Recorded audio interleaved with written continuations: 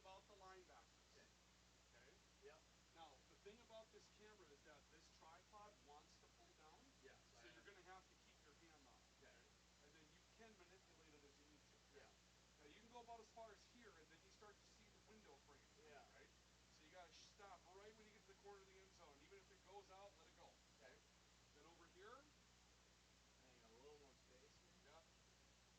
And you're going to have to just probably, here, I'll tell you what, if you step, because this is just an empty bag, Yeah. you can step and watch your viewfinder this way, and Okay. that speaker hurts. So you got to kind of go to the, just about cut off the end zone. Yeah.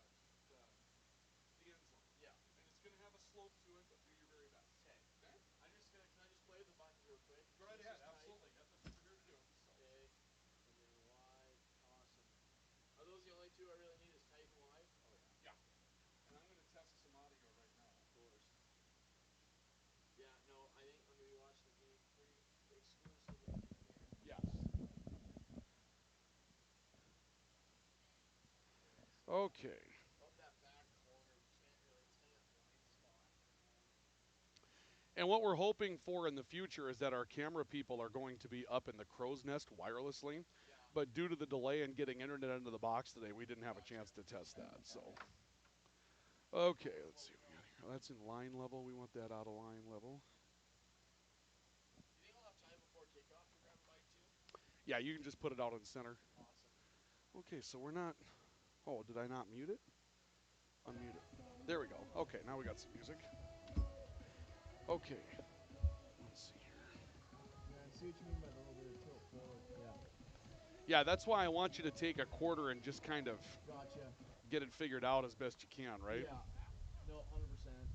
Okay, let's see what we got here. All right, 1 2 check. 1 2 1 2 1 2 1 2 3 1 2 3 4 1 2 3 4 5 1 2 1 2 3 1 2 3 4 1 2 3 4 5.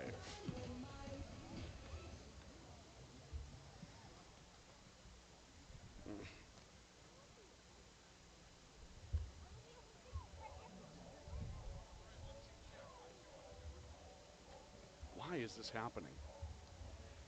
This phone is so bothersome.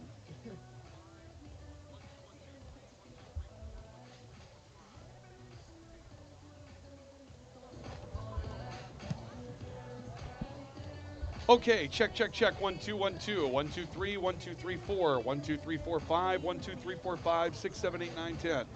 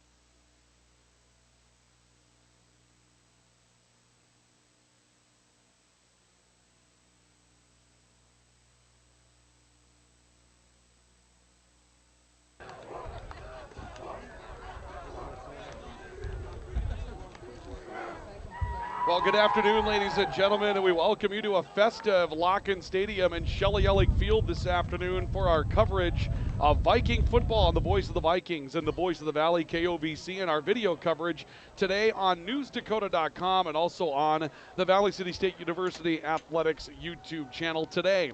Valley City State's at home to take on Dakota State University. It'll be the Trojans coming to town with a perfect record to take on the Vikings. And it's been a while. Well, a whole bunch of things are new for Valley City State, starting with our digs today. Now, this is more inside baseball than out, but the press boxes here at Valley City State have been completely redone. So our vantage point for this one's a little bit lower today, but it certainly is just the same picturesque look down the Cheyenne River Valley that we've always enjoyed. The trees are beginning to turn just a bit, and so by the time we get a couple of weeks into this thing, when we come back home to take on the University of Jamestown for the first time, we should have a very, very nice fall setting out here at Shelley Ellick Field and Locken Stadium. The Vikings also haven't played for a couple of weeks. It was 2 Fridays ago that Valley City State was last in action, and the Vikings went up against Augsburg University, came away with a 24-14 win in what was a coming out party for a brand new Viking, Jake Deutsch, whose father Joe will go in as a distinguished alumni today. He'll be honored with that award here at Valley City State as part of homecoming. Jake Deutsch, 7 catches for 100 yards and a score, including a brilliant catch against double coverage at the end of that matchup that helped the Vikings seal the deal against the Augies and gave the Vikings a win for the first time this season. Then a bye week, and now they take on Dakota State University and a Trojan football team that is 3-0 on the season but took a tremendous injury in their last outing. They defeated the University of Jamestown, but after a brilliant start, including scoring 41 points against Nebraska Wesleyan, 38 points against Dakota Wesleyan. In the game with the Jimmies, Trey Heddick, their quarterback, went down with an injury, and just like the Vikings saw with Dakota State a year ago, Joey Cole has to step in as the backup quarterback, and these Trojans are just not the same without Trey Heddick on the field. And so the Vikings are going to take on a Dakota State University team today that's 3-0, that has a win inside the conference. Everybody's played a conference game now except Valley City State, but the one thing that Dakota State's not going to have today is their starting quarterback, and that's going to put a shadow over this one today. And that's how we welcome you to Shelley Ellick Field and Locken Stadium today. Again, you can find video coverage of this matchup today on our website, newsdakota.com. On the homepage, look underneath the sports tab, and you'll find the video tab, and the link will be right there for you so that you have the opportunity to take this one in today. We're looking forward to joining you via video coverage and also on radio coverage, wherever you may be, on KOVC, the Voice of the Valley. And those of you that are Viking fans and have subscribed to the VCSU Athletics YouTube channel, you'll be able to bring in the coverage there as well. Dennis McCulloch going to join us for a pregame conversation in a couple of moments. We'll take a look at some Vikings that are really on a roll right now that are worth watching, and run you down the conference standings as we get ready for another week of football before we head to starting lineups in this one and our coverage of football with a kickoff scheduled for 4 o'clock today and homecoming week for Valley City State University. Good to have homecoming atmosphere for you today, and today the Vikings will take on Dakota State. The Vikings are 2-1. Dakota State's 3-0 and currently unbeaten in the conference at 1-0. And our pregame report brought to you by Sanford Health Valley City will continue in just a couple of moments. Sanford Health Valley City, here for all and here for good. This is our coverage of Viking football on the Valley City State University Athletics YouTube channel, on newsdakota.com with video coverage, and on the Voice of the Vikings and the Voice of the Valley, KOVC. Looking for a college experience where you can get a degree and make a difference? Valley City State University is the top public regional college in North Dakota, as ranked by U.S. News and World Report. Visit today at vcsu.edu/visit.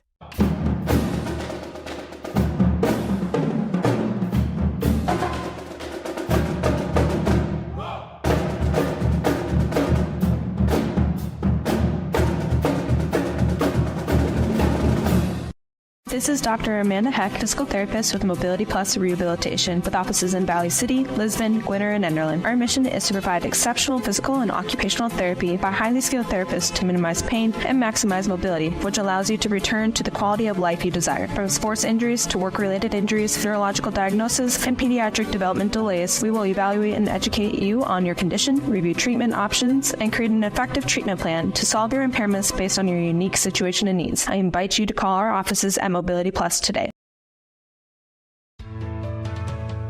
Are you on the right financial path? Are all your financial professionals on the same page? At LaRue Laco Financial, you can be assured that your investment professional and tax professional are working together. Call Ryan LaRue or Chase Carpenter at 701-845-6938. Securities offered through LPL Financial, member FINRA, SIPC. Grotberg Electric believes in quality first, taking pride in the work and standing behind every project they do. They bring together the power, technology, and experience to keep your business online. The success of Grotberg Electric depends on three major ideals: the quality of their products, the commitment to their customers, and most of all, their customer service. Call Grotberg Electric today at 845-3010 or visit them online, grotbergelectric.com.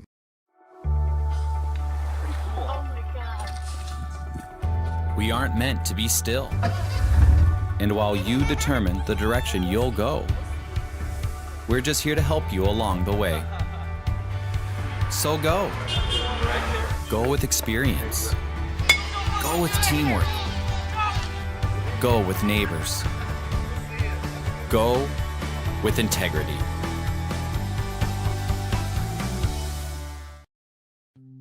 Why choose Professional Eye Care Centers? 3 great reasons are Dr. Bond, Dr. Freilich, and Dr. Jangula, 3 of the most educated professional optometrists you'll ever meet. Next is their many locations. You can now see one of their spectacular doctors in Jamestown, Valley City, Carrington, Edgeley, Ellendale, and Lemoore. And finally, their fantastic selection. And yes, all of their frames and lenses are backed up by warranty. Visit proeyecarecenters.com and make an appointment today. Professional Eye Care Centers, clearly the best.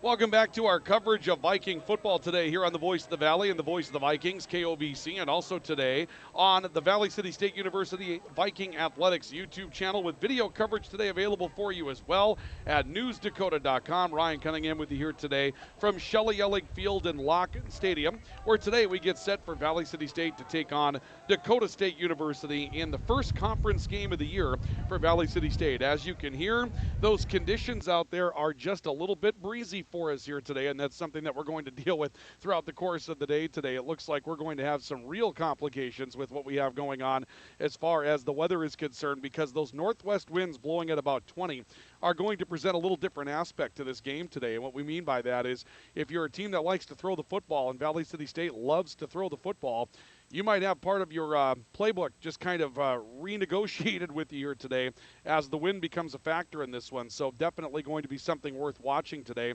as we see what the Vikings do to adjust to that situation. But it promises to be certainly a chess match between these two teams, and we'll see which team can come out better as far as the adjustments. We understand that Dakota State is certainly going to try to run the football a little bit more than perhaps they have in the past with the injury to their quarterback, and all we're going to be able to do now is to see what it is that they come out with a new look after having a week to finally prepare with their new quarterback. And we'll talk more about that in a bit. Our pregame report today brought to you by Sanford Health Valley City, here for all and here for good. And we thank you for joining us here today for homecoming football for Valley City State University. Let's take a look at the latest that we have as far as our conference standings are concerned coming into this matchup today. Our North Star Athletic Association conference standings, you can see that things are a little odd because the Vikings are the only team that has not yet played a conference game. Everybody else has at least one on the books. So well, it would be one that's on the books at this point. And here's the way that this works out. Dickinson State University ranked 24th in the nation, as you can see on your screen. They're currently 2-1. They had one loss in the non-conference season, and then came up with a win over Mayville State University in their opening game of the year, and that's their conference win that they have so far this season. The University of Jamestown is the team that was beaten by Dakota State University last week. So Dickinson State, Dakota State sitting on top of the league at a win apiece, 1-0. Valley City State, no record in the league as of yet, and this is the only team in the conference, the Vikings, that have played only 2 games. Everybody else has 3 under their hat. Now the Vikings have 2 byes that are built into their season this year, so it's worth mentioning that we're a game ahead, and we still have one more bye week to go before this thing comes to a conclusion. Or I should say we're a game behind. Vikings are 1-1. Mayville State's 1-2. The University of Jamestown, no, 0-3 after some tough losses to the University of Mary, to Chadron State, And then also that loss in the conference to Dakota State University, and that was last week, obviously. But the Jimmies may have done the Vikings a favor as the quarterback for Dakota State University injured in that matchup, and so the Vikings aren't going to see the quarterback that they were likely preparing for coming up here today. Those are our conference standings here on our pregame report, brought to you by Sanford Health Valley City, here for all and here for good. We're going to take a break. When we come back on our pregame report, we'll hear from the head coach of the Vikings, Dennis McCulloch. His comments for this one going into the matchup today with Dakota State to open up North Star Athletic Association play here at Shelley Ellick Field in Locken Stadium. It's the Vikings and Dakota State today as our pregame report continues, brought to you by Sanford Health Valley City, here on the voice of the Vikings and the voice of the Valley, KOVC. Looking for a quality, affordable education to get you the career you want? Strengthen your resume with a degree from Valley City State University. From education to business, fisheries and wildlife to software engineering, we have it all. Learn more about becoming a Viking today.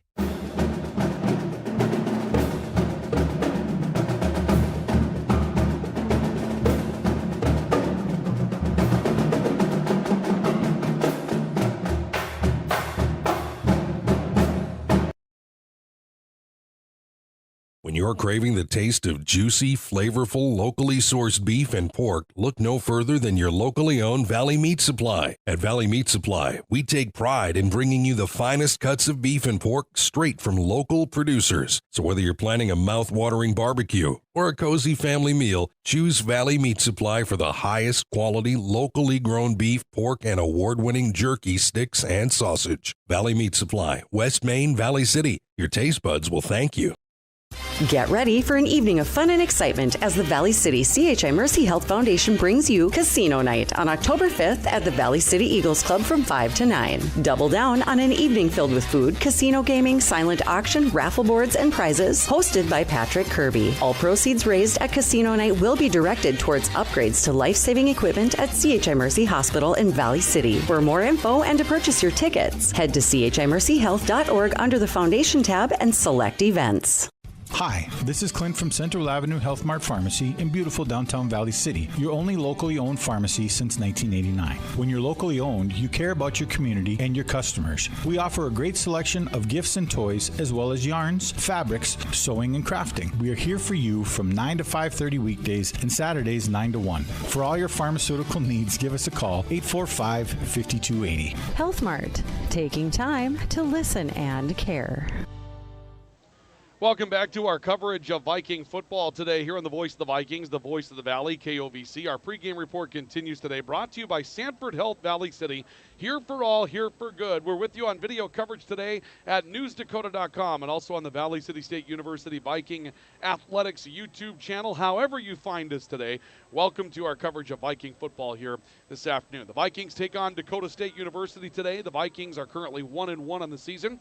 Haven't played for a couple of weeks after a bye week. And the week before, they defeated Augsburg by a score of 24-14. Dakota State 3-0 so far in conference play as they come into this matchup today, having not yet seen a bye week. Everybody's going to go through that at some point in the league, and we'll talk more about that. And speaking of the bye week, well, that did come up in our conversation with Dennis McCulloch, the head coach of Valley City State. As we began our conversation for this weekend's game, we mentioned with Coach McCulloch that, yeah, the bye week came in, and you've been in camp for a month since the beginning of August, and so maybe a good time to get a bit of a break. But the way they played against Augsburg, probably weren't really looking forward to the bye week at that. Yeah, I mean, I don't know that you specifically would circle to say, yeah, we'd love to have a bye here this time, but it's just how our schedules works out, and we end up having 2 byes in our season, and it's just you have to deal with it. It's like anything else on your schedule. Like can't always pick who you play, and when they're showing up and how it's going to feel, and so. There's some good things. There are some guys that we were missing from the first game and with Emmanuel Spivey out and dealing with some things. So it was great to get be able to get him back. I think a little bit extra rest for some of those guys is good, and hopefully be at full strength. As we get to Dakota State. So those are good things. Those are some positive pieces, and I thought our guys did a good job of managing bye week and practiced 3 days last week and felt good about that piece. I think we've responded well this week. So Now, going back to Augsburg, two things that really stood out about that game. Number one, breakout game for Jake Deutsch. You knew what he could do as soon as he signed to come here at Valley City State. Good to see him get a chance. And that ball that Noah Chambers threw him for what was kind of the game-clinching touchdown, maybe the best throw we've seen Noah Chambers make in his career. It was a terrific throw into double coverage, but those two seemed to find a little relationship in that game a couple of weeks ago. Yeah, I think, everybody got a chance to kind of see the breakout for Jake, and that's awesome. He had a total hip replacement as a young guy, and to respond from that and how he's responded and how well he's come back from all of that, it says a lot about him. And so I'm pretty impressed with those things that he's doing, and he is a very good wide receiver, and it's fun to see him and Noah get on that. You gotta, all quarterbacks, receivers, there's a nuance and timing, and you start to get on the same page and understand where they're going and how their breaks are going to be made, and they kind of think that same process is really positive to see, and we continue to see that in practice. So excited to see how this is going to continue to go, and the level that those guys can get at. We need one of those guys. You need an elite guy that's going to stand out and make some of those big plays for you over the top, and I think Jake's definitely one of those guys for us that can do those things. Defensively in that game, you spent an entire first half not able to put pressure on the quarterback. And you talked about it at halftime, and it was nothing but pressure on the quarterback for the entire third quarter. Was it an adjustment? Was it a different scheme? Or was it just, hey, guys, get it done? What was the attitude coming out in the third quarter? Yeah, I think it's a little bit of, we had several calls in and just kind of rotating through some calls and probably changing some things up. When you start seeing some things that are working, hey, let's get on those and do those a little bit more. And that's kind of what happened. We were able to find some things that started to work and allow us to get some pressure. And it was in the end, it was a positive piece for us to be able to do that. And and like I said, I think within the schemes that we have and the calls we have, sometimes hey, there's a twist that may now all of a sudden come up that this is we can do this twist. This is going to help us get this. There's a pressure that we have that feels, you have more of comfort level once you start getting into the game and you start seeing it being run. I think that's some of the change that we made. There's no dramatic change at halftime. It was just, hey, these are the calls that are working. Let's use these more and see how it's going to feel for us. And then defensively to respond with the interception at the end of the game. I mean, the guys really turned it around defensively. Offensively did enough. You had to win that game with defense, and it was good to see those guys really respond throughout the second half. It was. I thought they played awfully well. It's a good offensive team, and I was impressed with the things that we saw from them last year. I knew they had a change at quarterback, but wide receiver wise, talented running back, those things were there for them. They have a good offense, and our guys responded well and needed, you found a way to make a play and made them march the field, and we found ways to make them make mistakes, and it was awesome to see. It was a great way to finish the game with a pick. This game changes a little. I guess the complexion of it has changed based on Dakota State's success. 3-0 coming into this thing, blew out Dakota Wesleyan in the first game of the year, which is a rivalry game for them. And last year, they didn't have the capability of blowing anybody out. So this seems to be a very different Trojan team than you saw a couple of times a year ago. Yeah, it is. I think when you look at them, they're similar to, as far as talent-wise and things they had from last year. And both games that we played them last year were very competitive, and it went down to the end, really. And they start off and they got some positivity and they got some momentum going. I know that helps them, right? When you get some confidence in what you're doing and the things you're doing, you see their kids, they have talent. On the offense and defensive side of the football, they do a good job, and been impressed with what we see on film from them. So, they're definitely hitting on all cylinders right now, and being 3-0, it's been a while since they've been 3-0, and so that gains them confidence in the things that they're doing and the positive piece around their program. So, they're going to definitely present a lot of challenges for us, and it'll be a great game. I think we'll match up well with them. Do you feel like they're more of a running threat than they are a passing threat? They seem to want to be that last year. Yeah, they want to run the football. They want to stand. They have two really good running backs. And we're gonna, you're gonna see that. And I think they're right now, their starter looks to be hurt, probably an extended period of time, and so that's their number two, is probably going to rely a little bit more on the run game and probably some quarterback run stuff, and so we got to prepare for that. It's physically matching up with them inside. What they try to do is they're going to spread you out with a lot of things and give you a lot of window dressings to get the inside run game going, and it's managing. Hey, we got to be able to stop screen game on the outside with what matching their personnel, but not taking so many guys out of a box to allow them run, gain some run gaps inside. So those are things we have to deal with, defensively, and hopefully we'll match up, do those things well on Saturday. Those are the comments from earlier today with our Dennis McCulloch, the head coach of Valley City State University Viking football today. Glad to have him along with us on our pregame conversation. Pregame show continues, brought to you by Sanford Health. Valley City, here for all and here for good. You can see they're announcing the starting lineup for the Vikings right now. We'll take a look at some Vikings to watch when we come back in just a couple of moments, so stay with us as our coverage of Viking football continues here on the Valley City State University YouTube webpage for athletics. Also on NewsDakota.com with video coverage, and on the voice of the Vikings and the voice of the Valley, KOVC. Sanford Health of Valley City is dedicated to transforming your healthcare experience and providing access to world-class healthcare right here in America's heartland. We're committed to improving the human condition at every stage of life through exceptional care, spiritual enhancement, innovation, and discovery. Schedule your appointment today at Sanford Health of Valley City by calling 701-845-6000 or self-schedule online at mysanfordchart.org. Sanford Health, here for all, here for good. When your team, school, or business needs custom apparel or promotional products, Rambo is here to help. With over 40 years of industry-leading experience, state-of-the-art machines, and dedicated employees, we have the tools and facility to handle any job. With online ordering solutions for sports teams and businesses alike, you can count on us to get the job done correctly and on time. To get your next project started, contact Matt or visit us online at rambo.com. Experience the thrill, feel the passion, and join the excitement. Tickets on sale now at VCSUVikings.com. Lang hard to the basket with a two-hand flush. He burst through it. He's to the end zone. Touchdown, Valley City State. Here's the game-winning shot. Does it go? Yes, it does! Nelson on the attack. Holland can't make the play. The Vikings sweep the Jimmy. Lever's Foods, best quality, best price.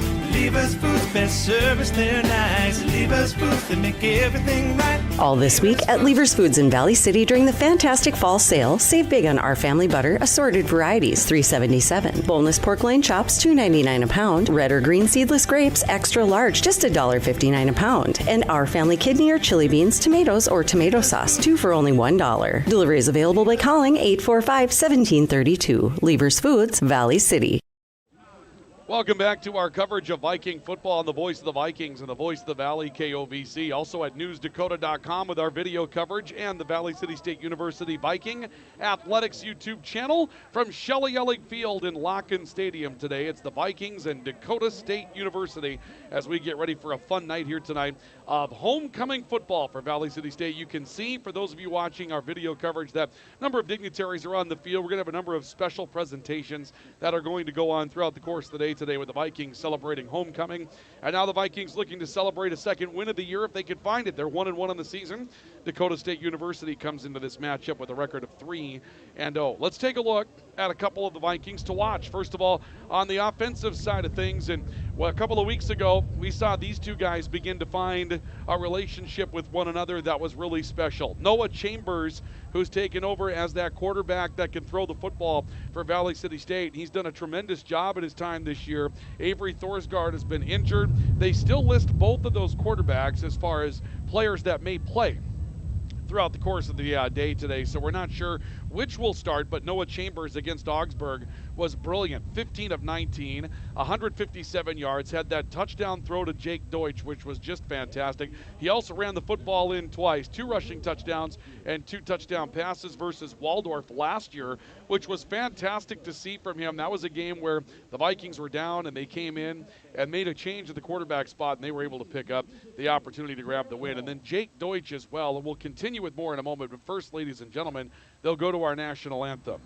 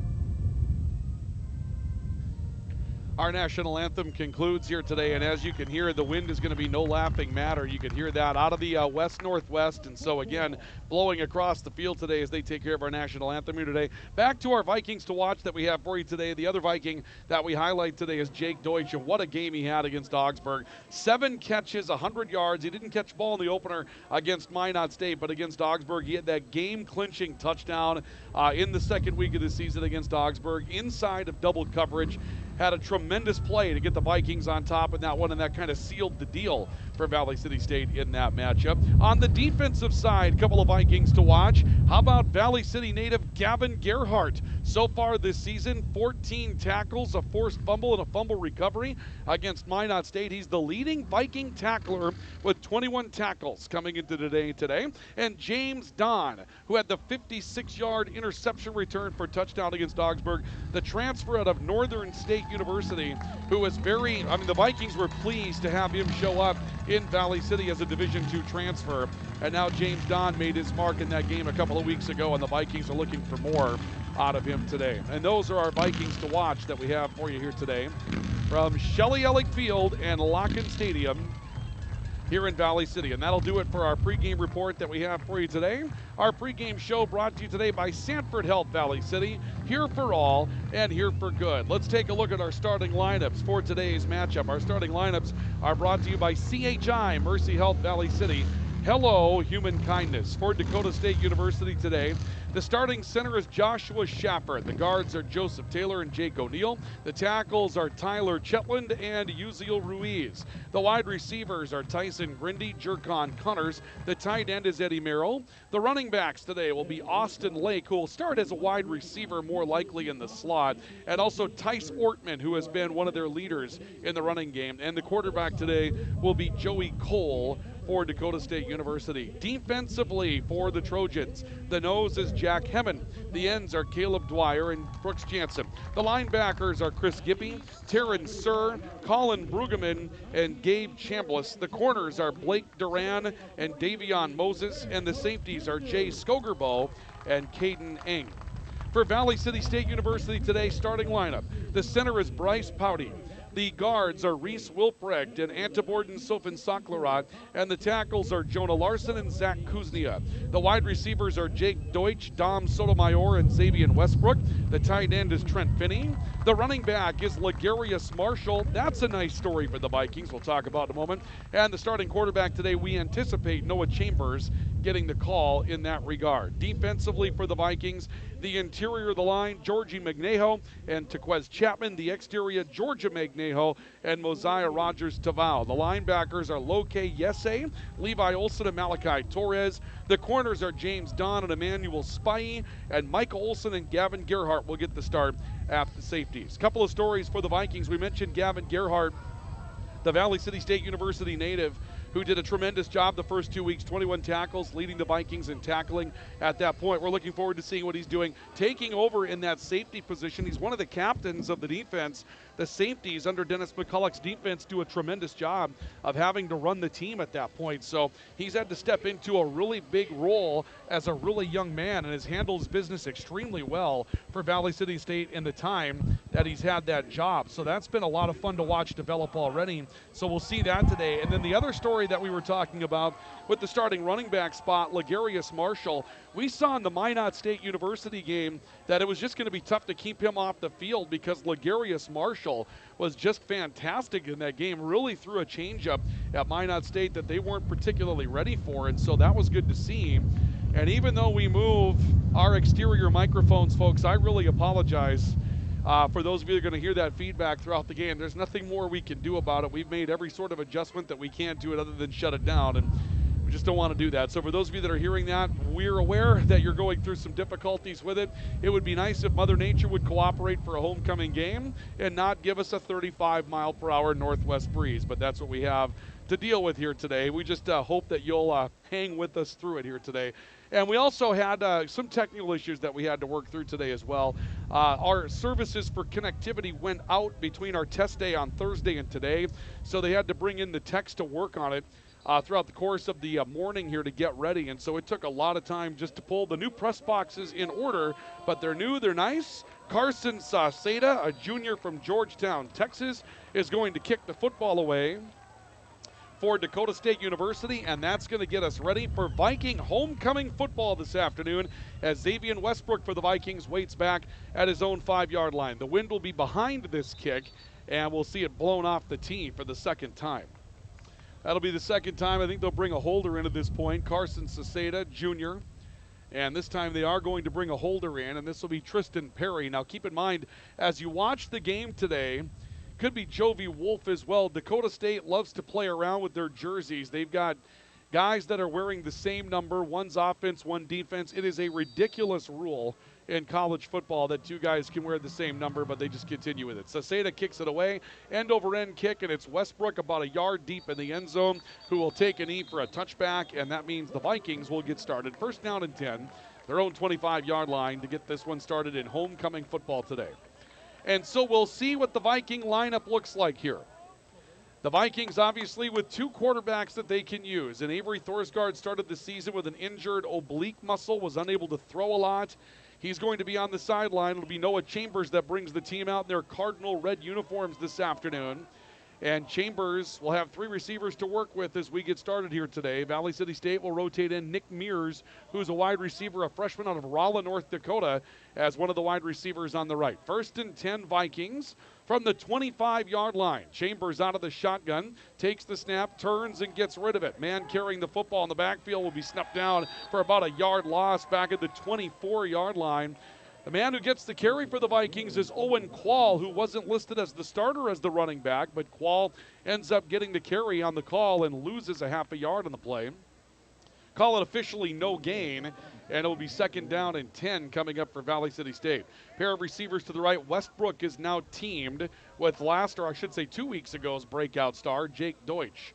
Chambers waiting out of the shotgun. He's got two men to his left as well. Chambers quick throw to Quall out of the backfield, makes one man miss, gets low against Colin Brueggemann, and goes down at around the 28-yard line, maybe 27. Gain of a couple of yards and a third and long coming up for Valley City State here in the opening quarter of football.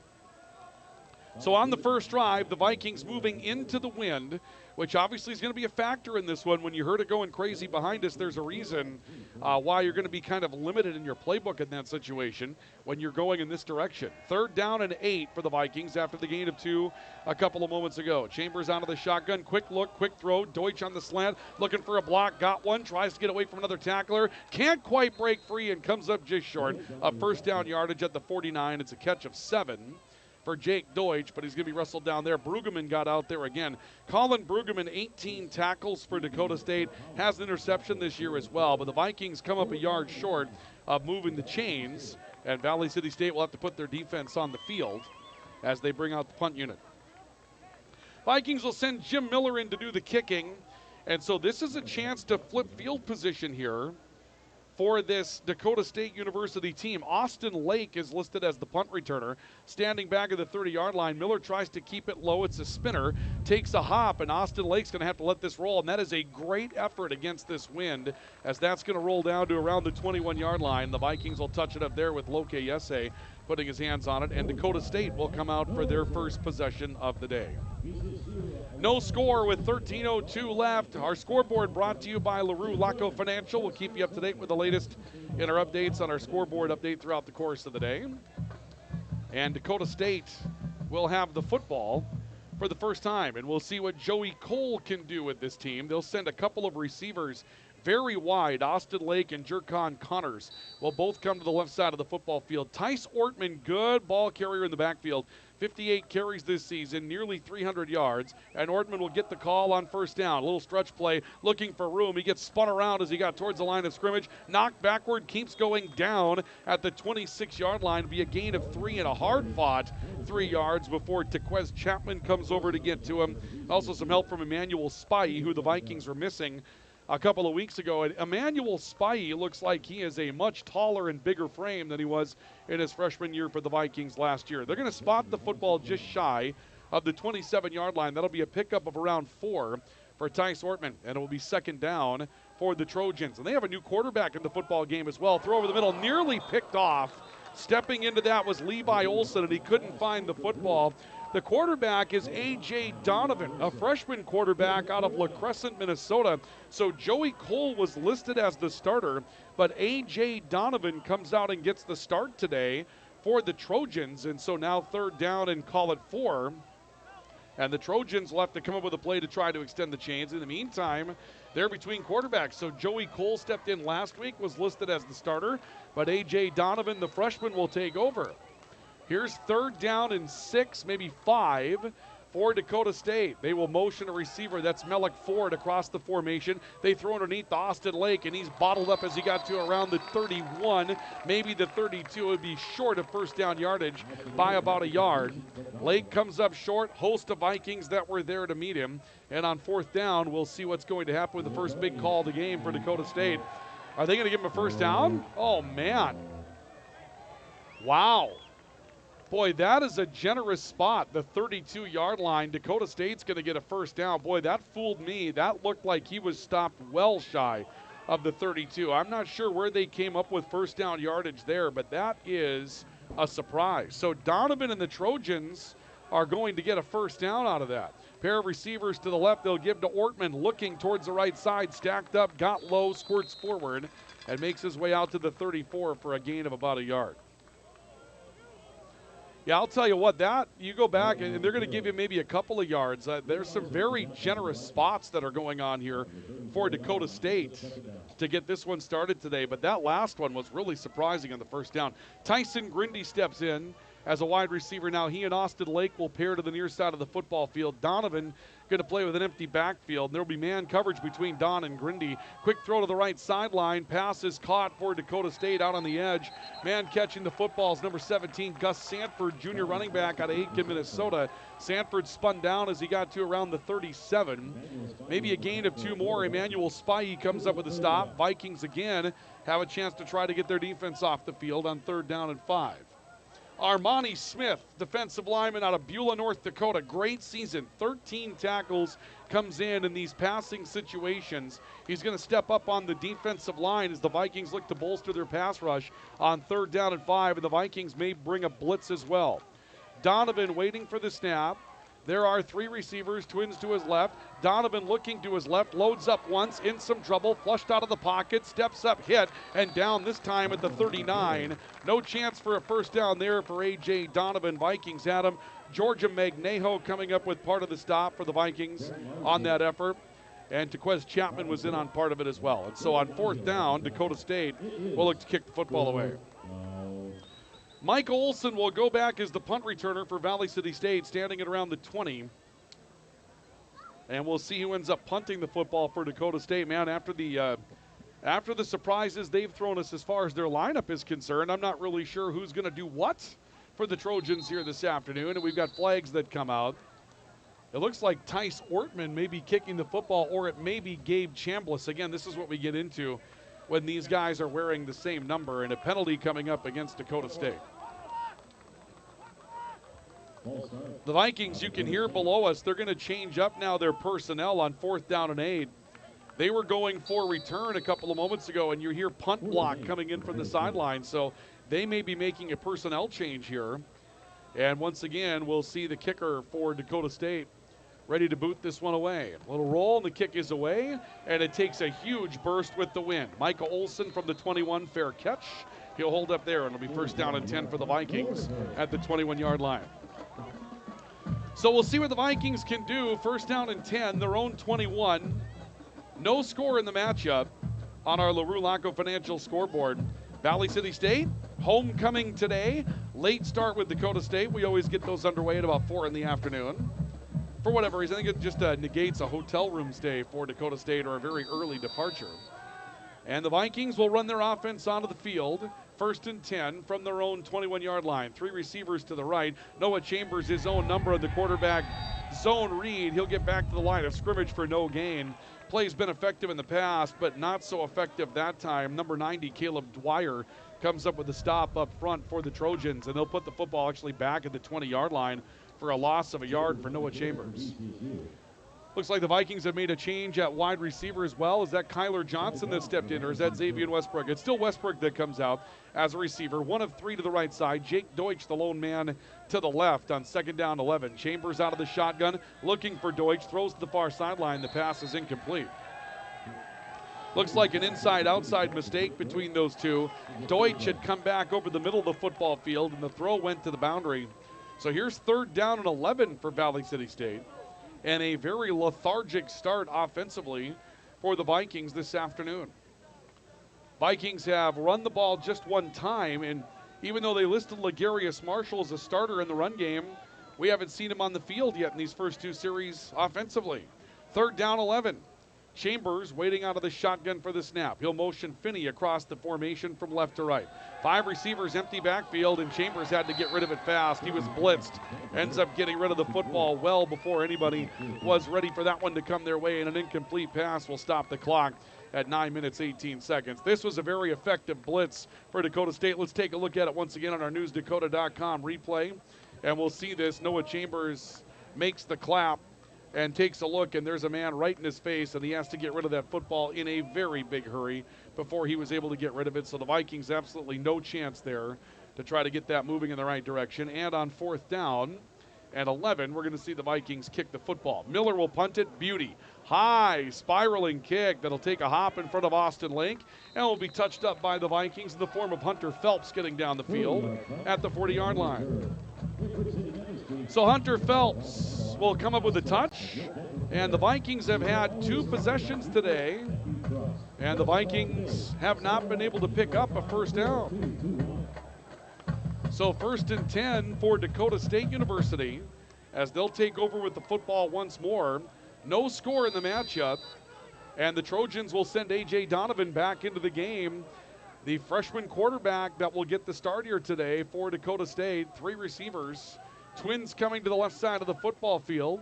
Donovan will start Tice Ortman as a wide receiver in motion. Jet sweep giveaway. He's got a big hole. 1st down and more. Outside midfield and down to the Viking 47-yard line. Ortman will pick up 13 yards, and that'll be a 1st down for Dakota State. Take a look at this again on the newsdakota.com replay, and you'll see here Ortman getting started in the jet sweep look. And on that jet sweep look, he just turns on the afterburners on that right side and comes up with what was necessary there. And it'll be 1st down and 10 coming up for Dakota State University. Trojans with the football at the 47 of Valley City State. Short field after the kick went back into the wind. The Vikings unable to move the chains. Ortman again, this time stacked up right at the line of scrimmage. No chance with a host of Vikings there to get him, led by Tequez Chapman, who was the first man into the formation for the Vikings. Tequez Chapman's had a great season. 1.5 sacks for Tequez Chapman so far this year. Second down and 10 for Dakota State. Approaching the halfway point of the opening quarter. Now 8 minutes and change to go. The Vikings still looking for their first down of the day. Dakota State with the football. Donovan dropping back, throwing short, incomplete. He was under pressure again and ends up underthrowing his intended target, who would have been Noah McCant, a wide receiver out of Little Elm, Texas. And here comes third down and 10 for Dakota State. Tell you one thing, folks, what we're happy about today, Dakota State didn't wear those powder blue uniforms that they came up here with a couple of years ago that really were problematic. You couldn't see a darn thing in those situations as to who had the ball and when. Out of the gun, it'll be Donovan on third down and 10. Good time. He loads up, throws near side of the field. Some contact. The pass is incomplete. Up and looking for the flag that time was McCant, but he won't get it. Emmanuel Spivey and McCant had engaged out on the near side of the football field, and here comes fourth down. So on fourth down, Dakota State will have to punt the football. And we'll see what it is that the Trojans can get done as far as trying to change field position on the latest punt. And meanwhile, the Vikings will have a little bit of pressure here to try to move the chains. You've got to come up with something positive here as you get the football back. Haven't had a first down yet today. Kick is away, and this one's headed into the end zone. There's no chance to get to it took a hop at the 3-yard line. Took a hop at the 3-yard line, and Dakota State tries to knock it out of the field of play, and they're going to have it down at the 2 for Valley City State. Well, that's a bad break for the Vikings as well, and it's been nothing but bad breaks for Valley City State so far today. Have been able to pick up a first down. Ball flopped as it got to the 3-yard line, stayed alive, and for whatever crazy reason, they had decided to mark it back to the 1. Now they're going to put it at the 2. And let's just say this early, our guys in stripes today have not been particularly accurate at spotting the football. I'm not really sure what's happening there, but there's been some back and forth that we haven't understood. Avery Thorsgaard will step in as the quarterback now for the Vikings. And again, we will see the second running back today for the Vikings coming in, Owen Quall. Even though Legarius Marshall listed as the starter, Thorsgaard going to take the snap 5 yards deep in the end zone.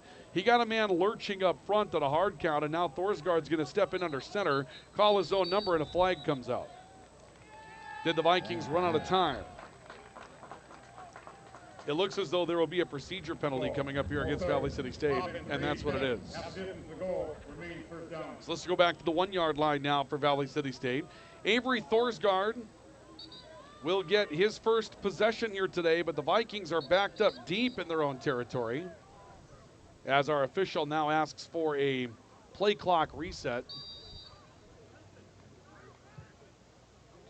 So first down and Tall at 10 from the 1-yard line. Avery Thorsgaard getting into the tush-push situation, just looking for a chance to sneak out from the shadow of his own goal line. He'll pick up a couple of yards to around the 3. And the Vikings looking to unpile, and they do. So Thorsgaard takes it out to the 3-yard line, gain of a couple of yards. And it's second down and 8 coming up. Jake Deutsch and Dom Sotomayor will team up to the near side of the football field for Valley City State. Second down and 8. Thorsgaard with Quall in the backfield with him, waiting for a shotgun snap.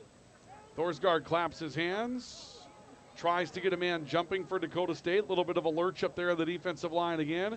Thorsgaard to Quall. Quall looking middle, stepping left side, out ahead of the 5, and then stepped up right there at the 6 and driven backward. Terran Sir got to him out of the linebacker core. A spot will put him out to around the 7, so the Vikings have a bit of room to work with here. And here comes third down and 4, and this will be a hefty third down and 4 situation for the Vikings as well. Neither team has been exceptionally effective offensively so far in the quarter. But right now, Valley City State trying to just find their first down of the day. Here comes third down and 4 for Valley City State. Thorsgaard out of the gun, 4 receivers. He's got trips to his right. Jake Deutsch is the wide man on the right side of the football field. Thorsgaard takes the snap, rolls to his right, looks into the flat, throws, and has his man complete to the 15, the 17. First down coming up for the Vikings. Pass caught by Nick Mears, who stepped into the formation, as we mentioned earlier in the game. And Mears comes up with the first down for Valley City State. The Vikings come up with a first down, and it's a great play that time. Little screen pass on the near side here. Chambers looking to extend the play with his feet. He does. That ends up extending the drive for the Vikings as they finally come up with an opportunity to pick up a first down. So the Vikings 1st and 10 at the 18-yard line. And now Noah Chambers back in the game. Legarius Marshall stretching near side, knocked down as he got to the 19 for a gain of about a yard. And it's Colin Brueggemann that's out there again for Dakota State. He has been so unbelievably effective so far today. We know big things about Colin Brueggemann. He's obviously had a couple of good seasons for Dakota State, one of their more aged defensive players in the lineup, and certainly physical a year ago as well. And he's definitely shown what he's made of so far today, just with a number of opportunities he's had to touch a ball carrier. 2nd down and 9 as Marshall's brought down for a yard. 4 receivers. Thorsgaard takes the snap. Actually, correction, this was the snap taken by Chambers. He'll throw to Legarius Marshall, a screen play, and a flag is down at the 20-yard line as Marshall comes up with a catch. We'll see what this is going to be about. If one of the Trojans was in the neutral zone. Nope, they're indicating this is going to go against the Vikings on a holding penalty. Waiting for the official adjudication of the penalty. Dakota State was considering declining the penalty, it would appear. It looked like that's what they were planning on doing. Offense number 23, 10-yard penalty. And we'll see the penalty, and that'll be a holding penalty. It's going to be a holding penalty against Nick Mears. The wide receiver stepping in. Might have caught him on a bit of a pick trying to keep Legarius Marshall with some empty space to work with. So a 10-yard penalty. It'll be assessed from the 21. It'll go back to the 11-yard line, and the Vikings will now look at a 2nd down and 17. So a tough start today. No score in the LaRue Laco Financial scoreboard. Mears coming as a wide receiver to the near side of the field. 4 receivers in the formation again for Noah Chambers. Legarius Marshall behind him. A blitz is coming. Chambers throws. Pass is caught by Xavier Westbrook. Tough catch. Up in traffic, able to grab it for a 9-yard pickup just ahead of the 20. And here comes 3rd down and 8 coming up for the Vikings at the 21-yard line. Boy, you got to give a lot of credit to Xavier Westbrook in that situation. A slant against the blitz. Noah Chambers knew he had to unload it quickly, did, and was able to find a receiver to at least make this 3rd and manageable. It'll be 3rd down and just a little bit more than 7. Ball right now spotted just shy of the 21-yard line. The Vikings need the 28 to extend the drive. 4 receivers, twins each way. Chambers waiting out of the shotgun with Legarius Marshall to his right. Chambers dropping back, looking good time this time. Throws for Westbrook, and the pass is incomplete. Good coverage, step for step, by Caden Eng on the near side of the football field. Eng was in front of Westbrook. Chambers, though, at least had some time to throw the football in that sequence and ends up coming up just a little short of Xavier Westbrook. And now we'll see the Vikings have to punt for the 3rd time this afternoon. And the wind, obviously a factor. This is going to bring Austin Lake, the deep man for Dakota State, just about to midfield. So the Vikings have not been able to change field position. Miller boots this one, and Lake drops the football back at the 40. Has to go back to the 39 to recover it, and the Vikings get another break.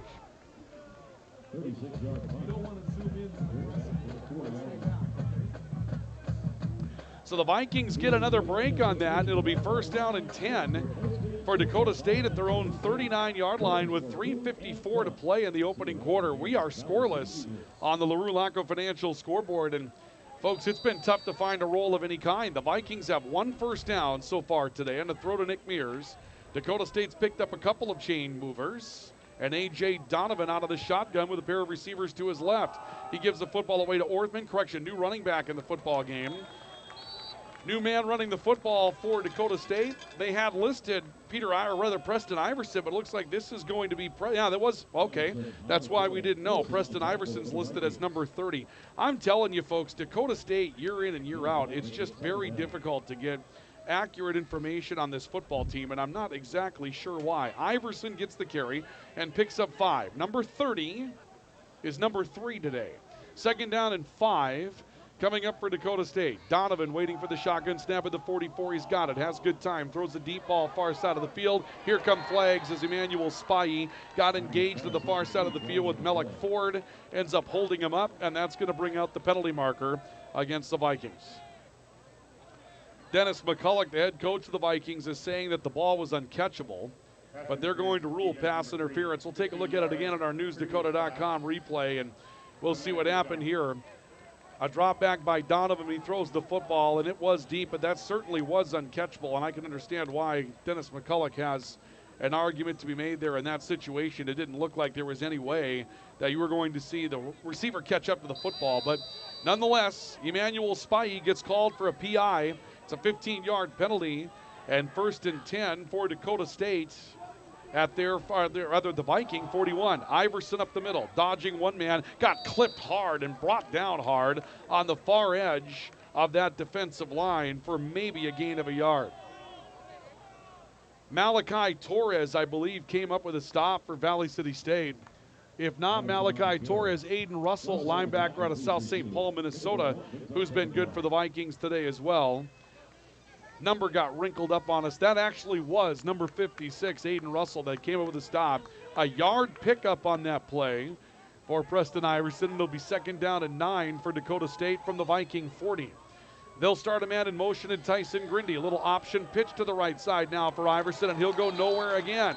2nd time the Vikings get to the ball carrier quickly. This time it's Reese Rodriguez, freshman out of Wasilla, Alaska. We've had a good bit of luck bringing down people from Alaska to play for this Viking football team, and a big stop in that situation for Rodriguez. And here comes 3rd down and a long 9 for Dakota State for the Viking 40.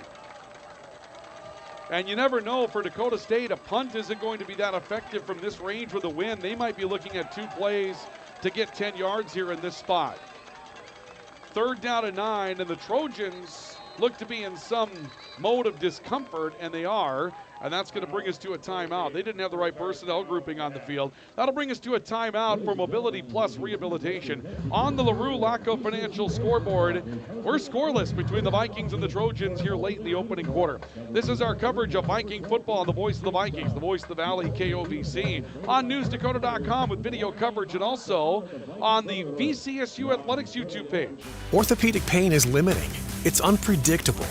And when it disrupts the way you move, it disrupts the way you live. Life is better when you feel empowered to move the way you want, when you want. And that's where our experts come in. We're your guides to orthopedic and sports medicine treatment options that can manage your pain, rehab your injuries, and restore your confidence. Take back the freedom to move. Explore your orthopedic options at Sanford Health. It's 3rd down and a long 9 for Dakota State. 4 receivers for the Trojans. Again, maybe looking at this as 4-down territory out of their timeout.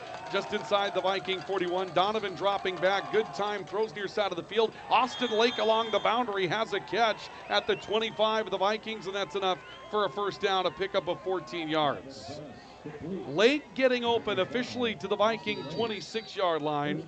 It's a big play for Donovan, throwing with the wind at his back, and he had to go to the wide side of the football field as well, but no one picked up Austin Lake in coverage. That was one of the problems for the Vikings on that play. Lake was standing on an island all by himself, and Dakota State has the football at the Viking 26. Pair of receivers to the right, as we see the freshman A.J. Donovan out there for another series, taking the snap, gives this away to Iverson. Oh, he is suplexed down in the backfield by Valley City State's Aiden Russell.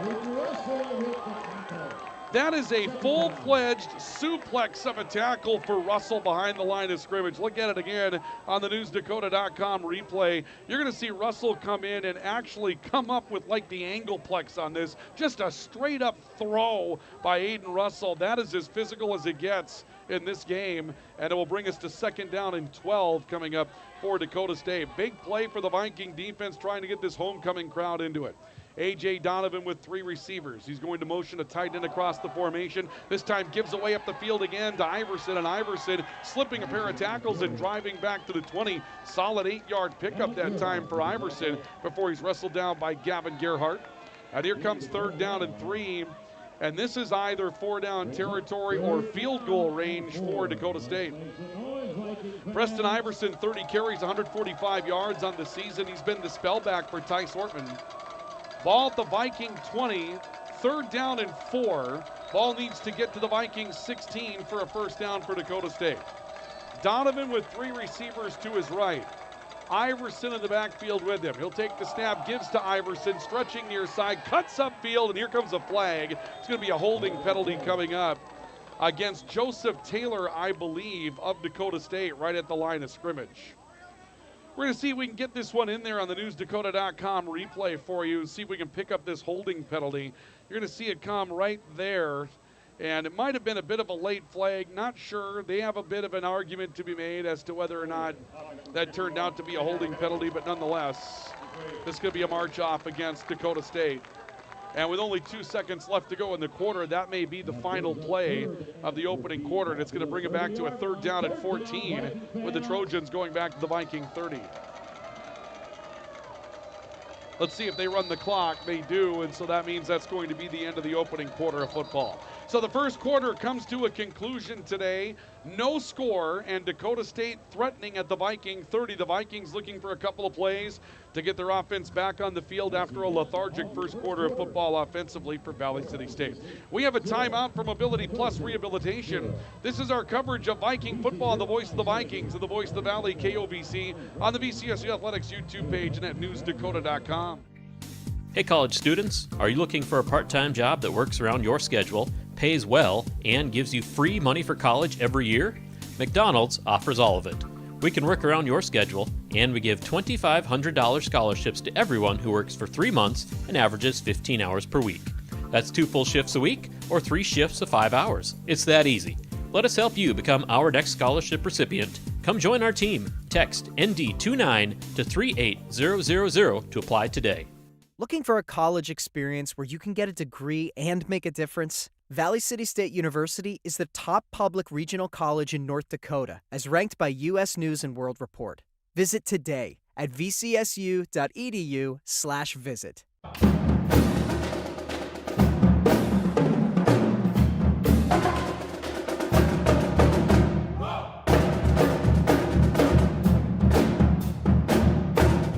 Let's get you back into coverage on the first play of the second quarter. A throw by A.J. Donovan to the near side of the football field will fall incomplete. That'll bring up 4th down and 14 for Dakota State from the Viking 30. And now this is definite no man's land here for the Trojans. From the 30, this becomes a 47-yard field goal try into the wind that they had at their backs in the opening frame. And it looks like they're going to keep the offense on the field from the Viking 30 on 4th down and 14. Welcome back to Shelley Ellig Field, Locken Stadium. Vikings, Trojans scoreless. Homecoming football for Valley City State. And the Trojans on a 4th down and 13.5 from the Viking 30. A drop back by Donovan out of the gun. He'll throw middle of the football field, picked off by Valley City State. Taken on the far side of the field by Gavin Gerhardt, and the Valley City, North Dakota native comes up with a turnover. Playing center field for Gavin Gerhardt. Let's take a look at it on the newsdakota.com replay.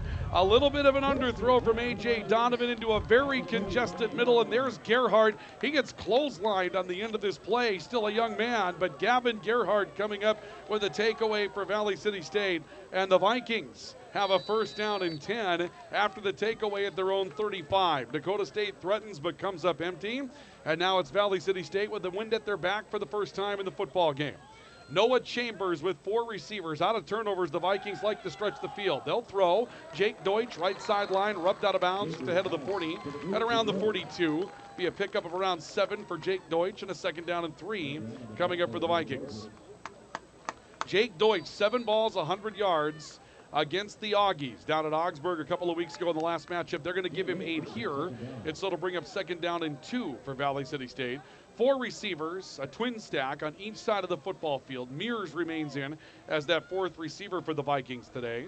And Noah Chambers waiting shotgun snap for the Vikings. Turns, gives this away, and then takes it back in the zone read throws. Xavier Westbrook has it off the right sideline. That's enough for a Viking 1st down. Pickup of 10 yards for Xavier Westbrook and move the sticks for the Vikings. Colin Brueggemann was out there for another stop for Valley City State, but now with the wind behind the Vikings, they're beginning to find themselves a little bit of momentum.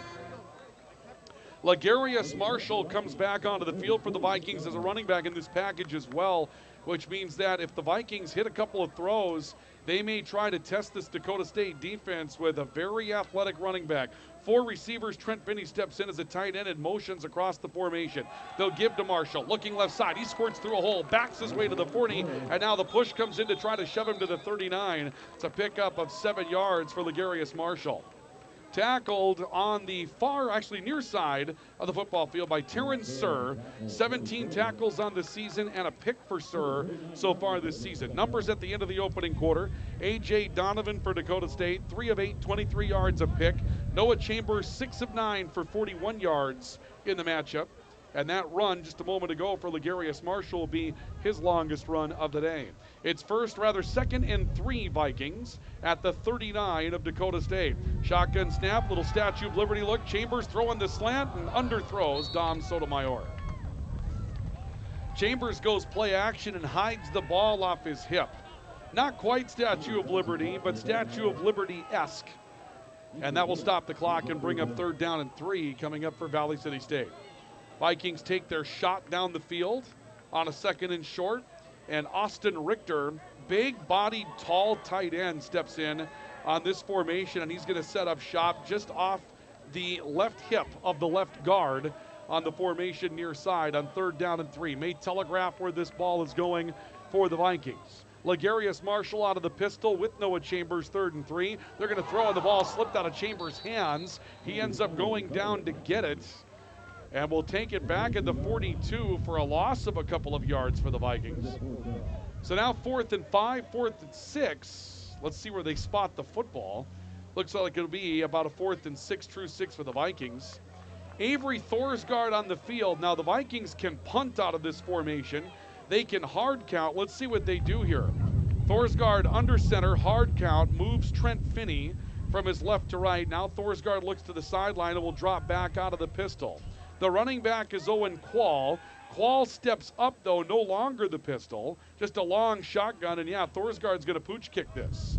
It'll take a hop over the middle and is actually caught by Jay Skogerbo. Skogerbo slips a tackle to 25, moves his way up to the 29, is knocked down there. So that little Vegas roll that the Vikings used to punt the football of their quarterback, not quite as successful as they'd like there, as Skogerbo was able to run underneath that, and it will be 1st and 10 for Dakota State at their 29. Well, a little disappointing there for the Vikings from the standpoint that that's the first time they had the wind at their back, and the drive started with some promise but really sort of stagnated out, especially after a little slip with Noah Chambers' hands on the football in that 3rd down play. And once again, Dakota State gets the football back. Jercon Connors teams up near side with Tyson Grindy as receivers on 1st and 10 at the 29 for Dakota State. Donovan gives the ball away to Orthman. Orthman's hit, but wrestles forward to around the 34 for a gain of 5. Malachi Torres brings down Orthman. And 2nd and 5 coming up here for Dakota State. So 2nd and 5 for Dakota State. And again, the Trojans look a little out of sorts running their personnel into the game, but they seem to have something they can work with here.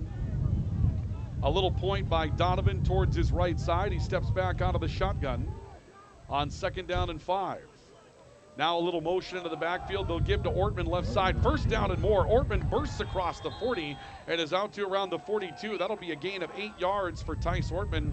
And the sticks will move for Dakota State as the wind really begins to pick up. Blowing out of the west-northwest today right into the faces of the Trojans here. They handled their business pretty well with the wind behind their backs, now trying to move it on the ground as they move into that breeze. Donovan picks up a 1st down with his group and gets back out of the shotgun for Dakota State. 3 receivers. He'll give to Ortman again, stretching right, cutting middle. Ortman hit a couple of times, lurches out to the 45, a gain of 3 before he's brought down by Georgia Magnejo and company. And it will bring up 2nd down and 7.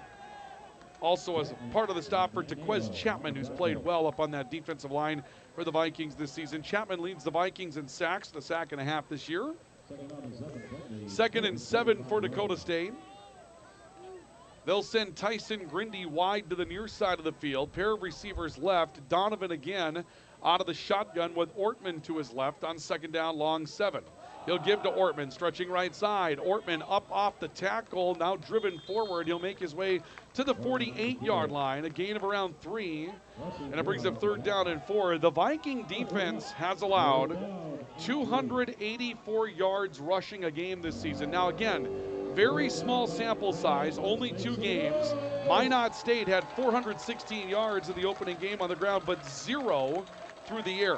So that's part of that big number. But the Viking defense has been tested in the run game and is still undetermined as to how they're going to do against it. 3rd down along 3. Donovan will send a wide receiver in motion from right to left. He takes the snap, faces the rush, throws underneath, pass caught. Grindy burst down up at the 45. That'll be a pickup of 6. And the sticks will move for Dakota State as they pick up a key 1st down to keep the drive moving. We'll see it again on the newsdakota.com replay, and you'll watch here. Donovan just looking over the middle. That pass rush was a big one, but it didn't get to Donovan, and that's enough for Donovan to be able to move the chains. And 1st down again coming up for Dakota State. Clock moving, 9:25 to play till the break.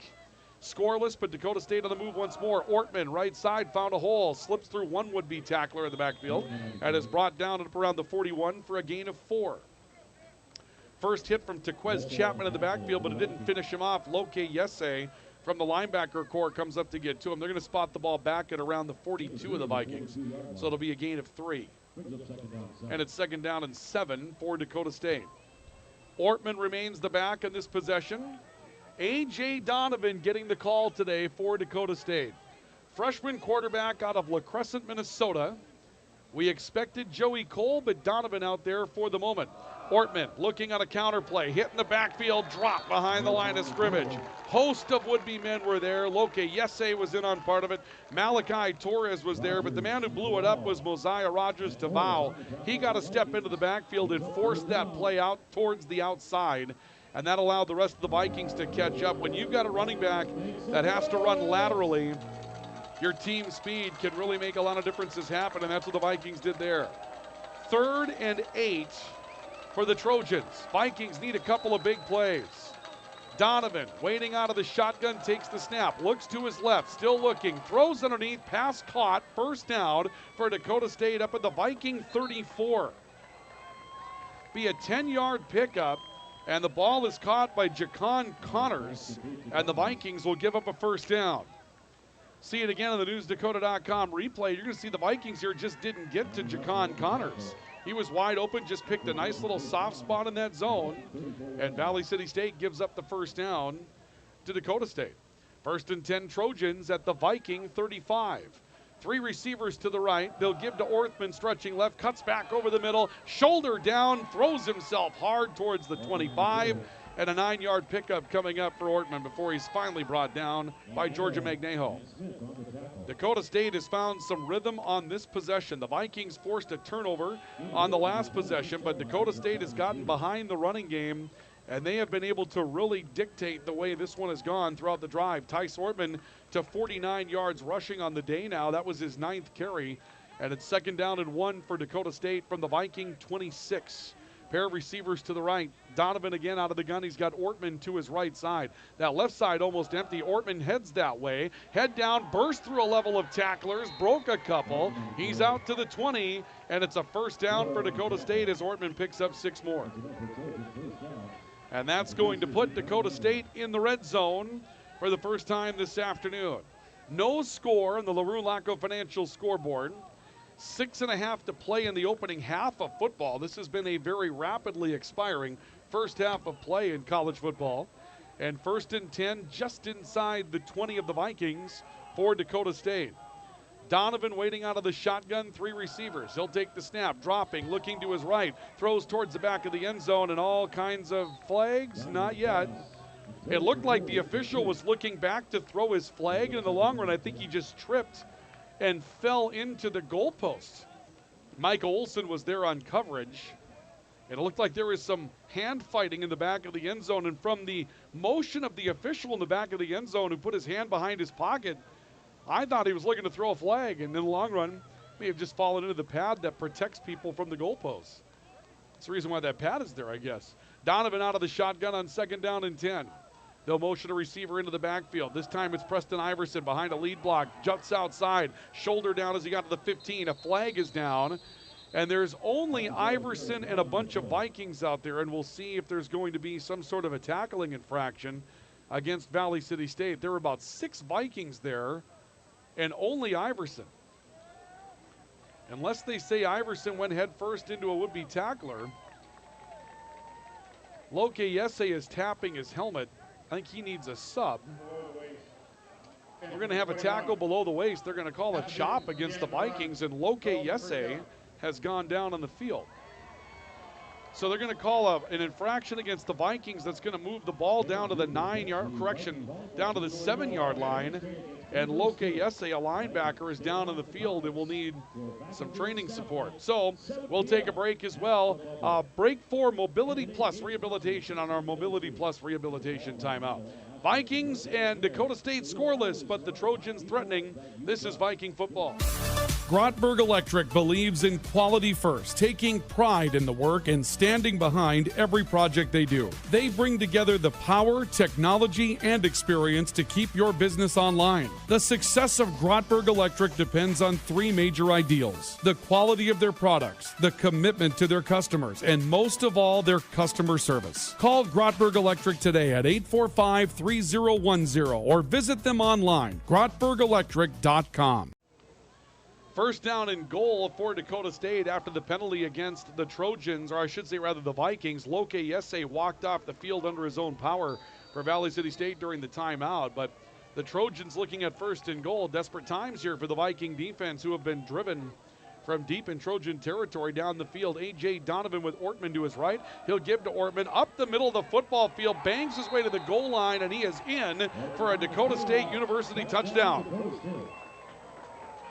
So Dakota State University comes up with the first points of the football game and will lead by a score of 6-0. We'll see it again on the newsdakota.com replay for those of you with our video coverage today. And this is just pretty simple stuff.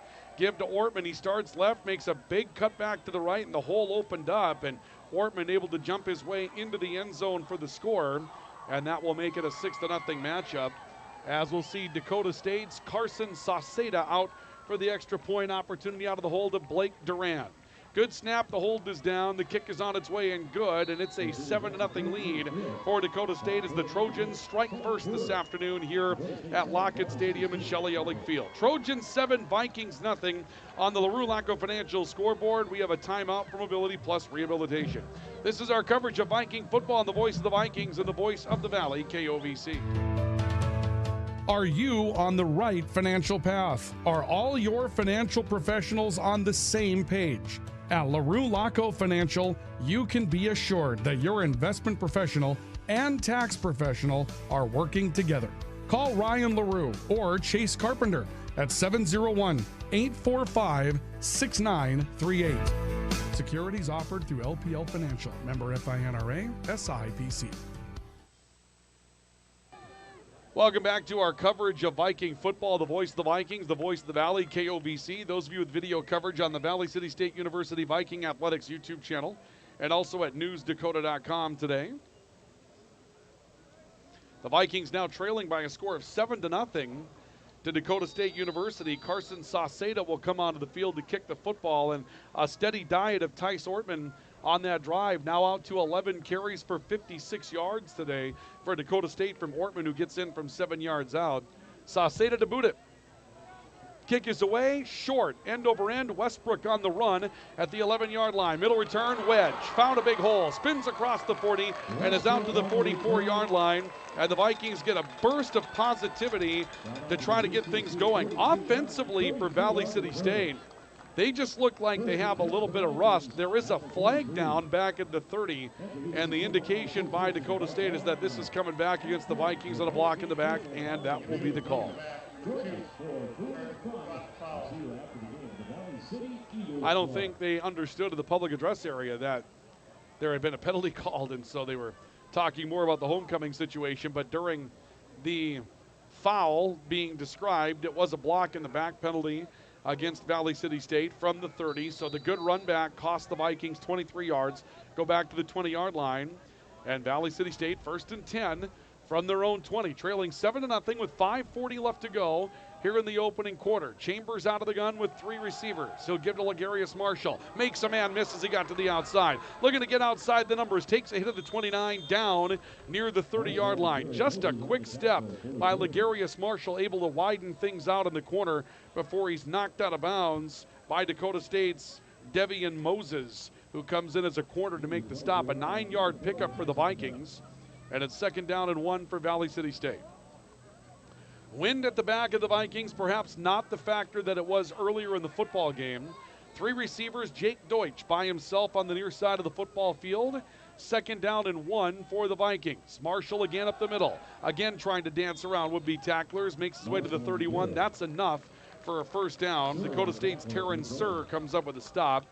Jay Skogerbo had come way up the field as well to put on a little pressure, but Ligarius Marshall will pick up the 1st down, and it's 1st and 10 for the Vikings at the 31. Coming up at halftime, we'll be joined by Joe Deutsch, the father of Jake Deutsch, that wide receiver wearing number 1 on the right-hand side of your screen. Joe is getting a Distinguished Alumni Award, loves to talk about the Vikings and his experience at Valley City State. That coming up. Noah Chambers turns, gives us one away. New running back, Hua Nishigaya. And Nishigaya finds the 2nd level to the 40, the 35, and down to the 31-yard line. No flags, and it's a 1st down for Valley City State. Kaua Nishigaya coming up with the biggest running play of the game so far for the Vikings, and you can see it develop immediately. Just found a crease right off the A-gap, and Nishigaya off to the races at that point before being wrestled down. Big play for the Vikings to move the ball up the field, and it's 1st and 10 for Valley City State, officially at the Dakota State 30-yard line. That'll help loosen some things up and see if the Vikings can find some confidence with this offense. We'll have Chambers out of the gun. He'll move Deutsch in motion. And now steps back. Does Chambers after taking the snap. Wants Deutsch. Has Deutsch, and Deutsch can't quite reel in the catch. He had Deutsch over the middle. There was a break in front of the football that came from defensive back Michael Foster out of Orlando, Florida. And Foster may have been able to take Deutsch's eyes off the ball just for a moment. Jake got a left hand on it, but was unable to reel it in on a bobbled football.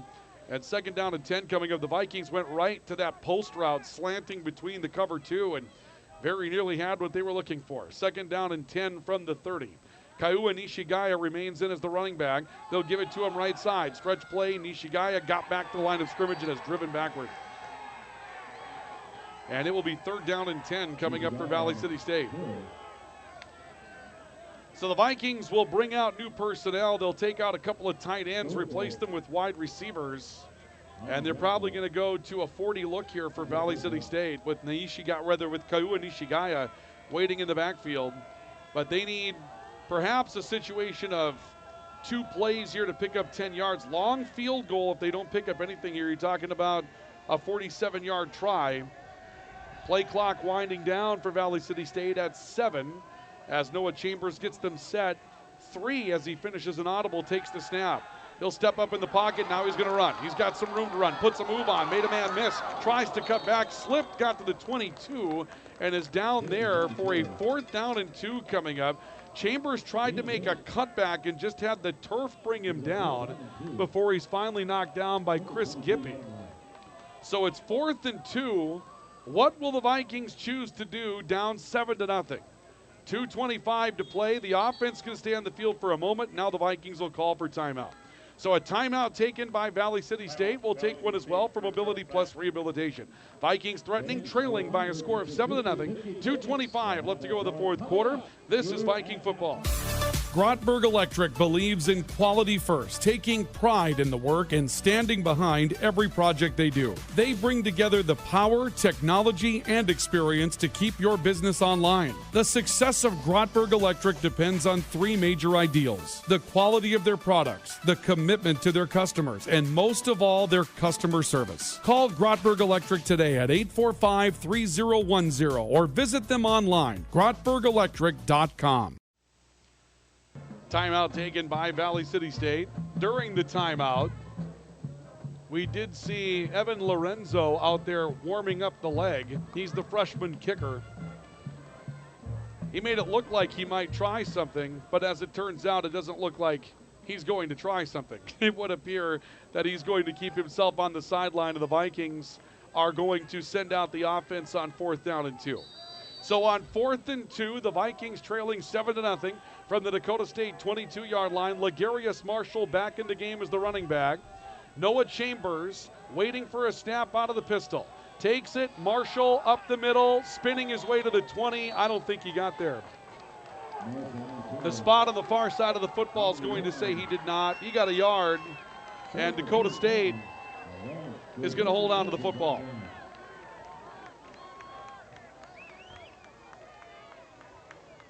So Dakota State, I shouldn't say hold on to the football. Dakota State's going to get the football back in this situation would be the more correct terminology.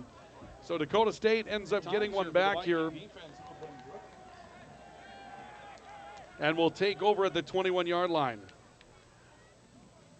So, or actually, yeah, the 21-yard line for Dakota State with the clock down to 2:14 to go.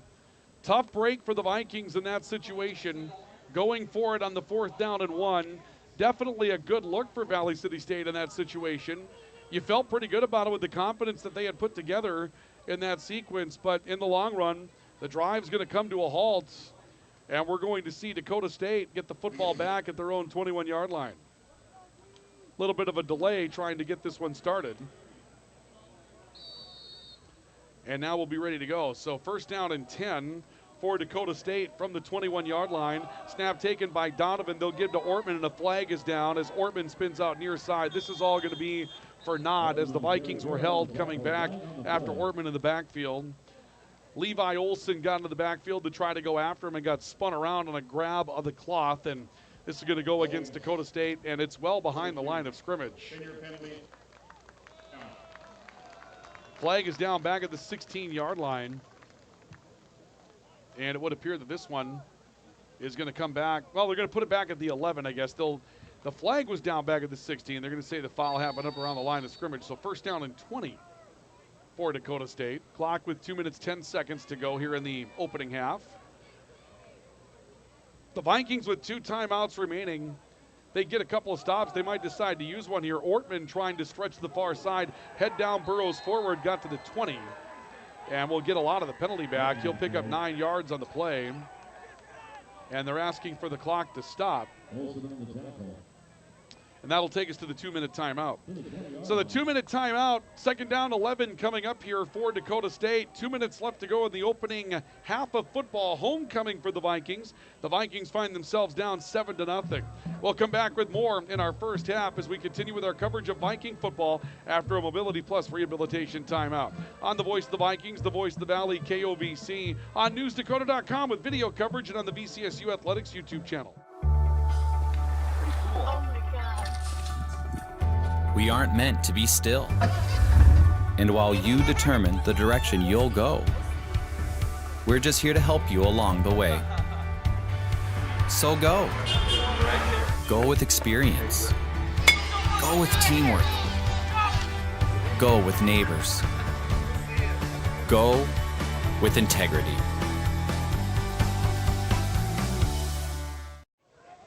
Timeout. 2-minute timeout, which is a new feature in college football this season. So the Vikings get that timeout. Still 2 timeouts to go. That's how this possession changes. 2nd down 11 coming up for Dakota State. Ortman again trying to stretch left side. Head down, banging forward. Got to around the 24 and is down there. The Vikings do not use a timeout here. They may have decided that they want to keep one for offense here. They've got 2 timeouts to use, but as of right now, the Vikings have not chosen to use one after that play. So on 3rd down and 8, if the Vikings get a stop here, they'd likely use a timeout in this situation, force the punt against the wind if they can get the stop, but they need it. A.J. Donovan for Dakota State out of the backfield in the shotgun. He'll start receiver Jerkon Connors in motion way back into the backfield. They give it away to Ortman, who makes a man miss. Starts out to the far side, spins his way to the interior. 1st down for Dakota State. It's a pickup of 9 yards. And that's going to take the football away from the Vikings for the remainder of the half.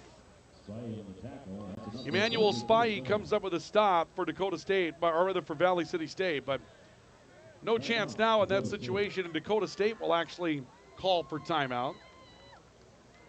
So the Trojans will call for timeout as they get ready for an offensive possession that they perhaps weren't anticipating. They lead it by a score of 7-0. In case you just joined us, an even first quarter, Dakota State getting a little bit more of the better of it. In the second quarter, Dakota State gets on a drive behind Tice Ortman in the running game, and Tice Ortman just moved his way down the field, picking and choosing his spots, ends up going into the end zone from 7 yards for a touchdown. That came at 5:49 of the second quarter. Vikings threatened a couple of moments ago, but were stopped on a 4th down and 2 around the Dakota State 22-yard line. Dakota State got it back at the 21, and that's where we're at right now. Numbers, Tice Ortman, big day, 15 carries, 88 yards and a touchdown, and right now Ortman for Dakota State is averaging just under 6 yards a carry. With 1:17 to play in the opening half, it's 1st and 10 for Dakota State. 4 receivers with Donovan to work with. Donovan dropping back, good time, floats one to the far side of the field. Pass caught along the far boundary at the Viking 48 by Mellick Ford. Big play for Dakota State as they'll pick up 19 yards on it before the stop is made by Gavin Gerhardt. And it's 1st and 10 for Dakota State. Now at the Viking 47. Give the gain to Mellick Ford for 20. He's had a history of big catches this season. 6 catches for 107 yards, 2 touchdowns. Donovan dropping back. Late twist for the Vikings. It's picked up, and he'll throw underneath on the screen pass caught by Austin Lake, who darts out of bounds on the far sideline of the Trojan 44. Rather, the Viking 44. Clock halts with 1:06 to play in the opening half. It'll be 2nd down and 7. 4 receivers again, 3 coming out to the near side of the football field. And A.J. Donovan, the quarterback, freshman, getting perhaps an unexpected start today. Donovan dropping back. Again, good time to work with. Another screen pass for Dakota State over the middle of the field. And a 1st down and more on the catch and run by sophomore Maddox Keene. Wide receiver out of Sioux Falls, South Dakota. One of 2 number 4s that they have on their team. And that'll move the football down to the 35, where it's 1st down and 10. For Dakota State, the Viking 35, 57 seconds, and now Dakota State with a timeout left to go, and they're looking to try to make this a 2-score football game. Donovan with 4 receivers, takes a knee-high snap, drops back under pressure, throws again, and again it's Keene that comes up with a catch, steps up in the middle of the field, and drives his way down to the 27. Maybe the 26, looks to be just shy of 1st down yardage. Clock's going to continue to run, 40 seconds left to go and counting here in the opening half of play. 4 receivers, 3 go to the left side of the football field. Trips that way for A.J. Donovan. Ortman is the back once again. On 2nd down and short, Donovan surveys the field, again throws underneath. Austin Lake made a man miss outside the numbers. Finally wrestled out of bounds by Gavin Gerhardt at the 11-yard line. But it's 1st and 10 coming up for the Trojans with 22 seconds left to go in the first half. The Vikings in some trouble. Had Dakota State pinned back after coming up empty. Thought about getting the football back, and now this mixture of screen passes over the middle of the football field have put the Trojans in a spot where they're thinking about chipping one more in the house. 4 receivers, trips left on 1st and 10 from the Viking 11. Donovan dropping back, throwing corner in the end zone, has Austin Lake and overshot him. Little back shoulder fade in the back of the end zone for Austin Lake, and Mike Olson was there on the coverage for Valley City State. Olson had a man get behind him a bit, and the ball just overshot. That's one of those, though. A.J. Donovan getting the start today, and Donovan, even into the wind here in the second quarter, has begun to find some touch on the football, which is a scary situation for Valley City State in the moment. 2nd down and 10 from the Viking 11 for the Trojans. And now we'll see a whistle, and it looks as though the Vikings have called for timeout. So the Vikings will take one more stoppage here. We'll take one as well and come back with a finish of the opening half. Timeout from Ability Plus Rehabilitation. Dakota State on the LaRue Laco Financial scoreboard leads 7-0. This is Viking football.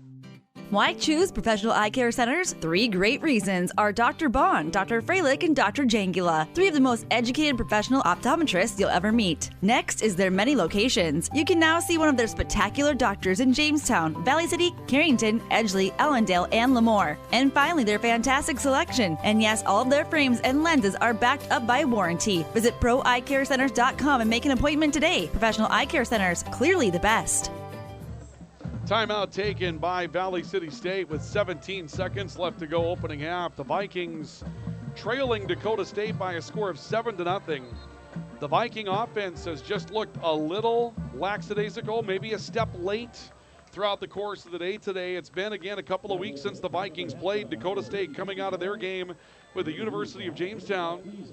And the University of Jamestown and Dakota State, at least playing in fighting shape here, has given Dakota State some extra rhythm this afternoon.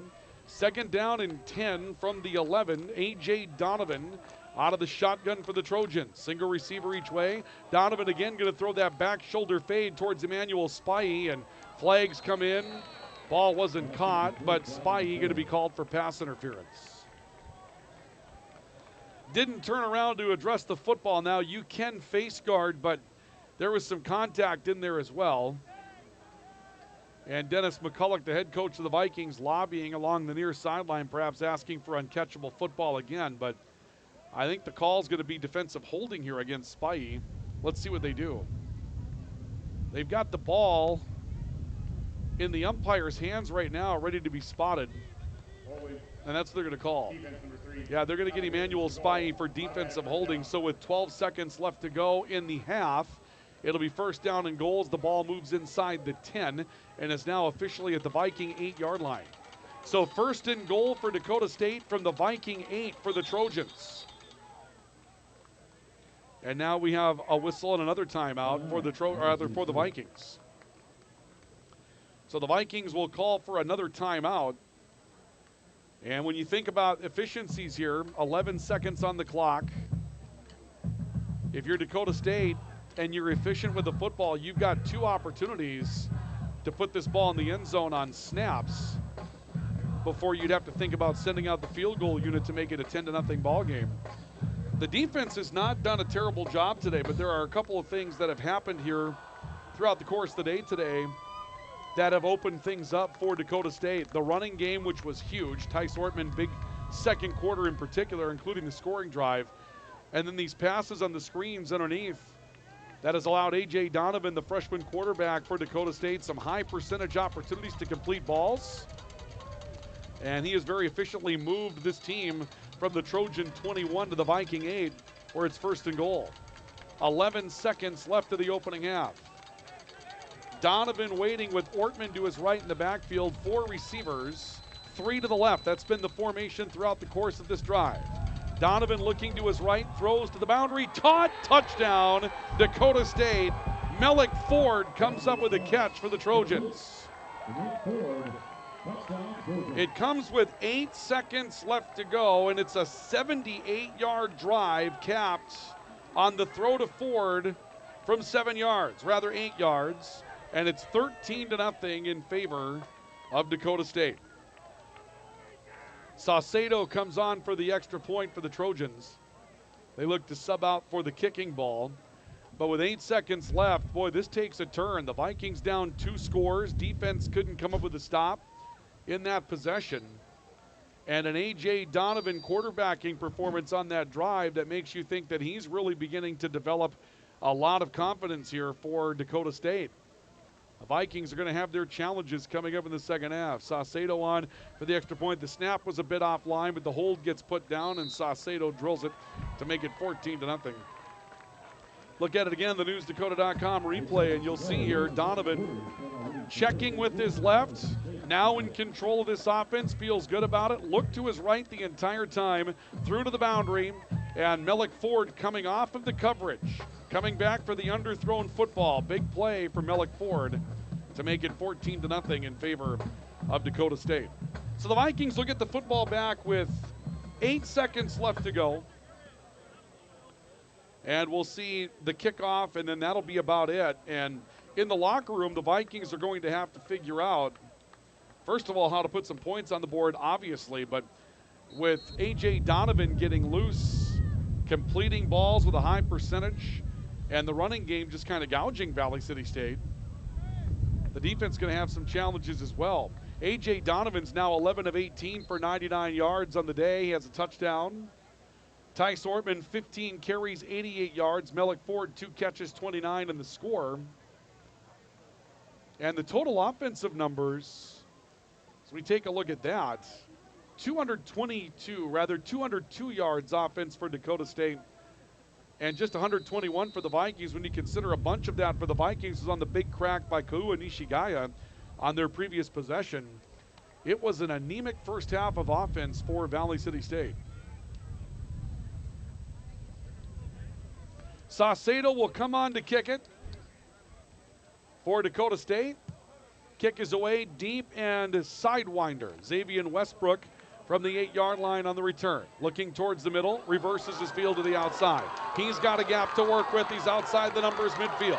He's down the sideline at the 40. He's to the 30 and stopped at the 22.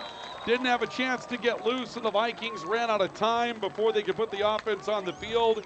Xavier Westbrook found a way in the kicking game, but it will be too little too late for Valley City State in the opening half of football, and that's going to take us to halftime here today at Lockett Stadium and Shelley Ellick Field. Your score at the end of the opening half of play will be Dakota State University 14, Valley City State University nothing on our LaRue Laco Financial scoreboard. We'll come back with some of the big plays from the opening half. Our halftime summary will be joined by Joe Deutsch, getting the Distinguished Alumni Award today as part of homecoming for Valley City State. All to come as we continue along with our halftime report, which is on the way next. So do stay with us.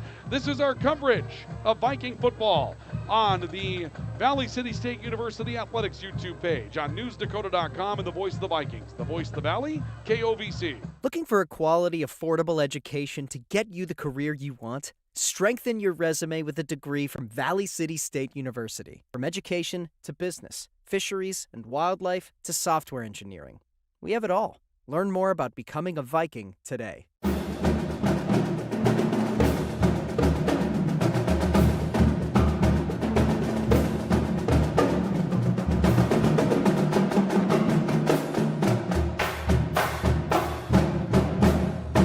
When you're craving the taste of juicy, flavorful, locally sourced beef and pork, look no further than your locally owned Valley Meat Supply. At Valley Meat Supply, we take pride in bringing you the finest cuts of beef and pork straight from local producers. So whether you're planning a mouth-watering barbecue or a cozy family meal, choose Valley Meat Supply for the highest quality, locally grown beef, pork, and award-winning jerky, sticks, and sausage. Valley Meat Supply, West Main, Valley City. Your taste buds will thank you.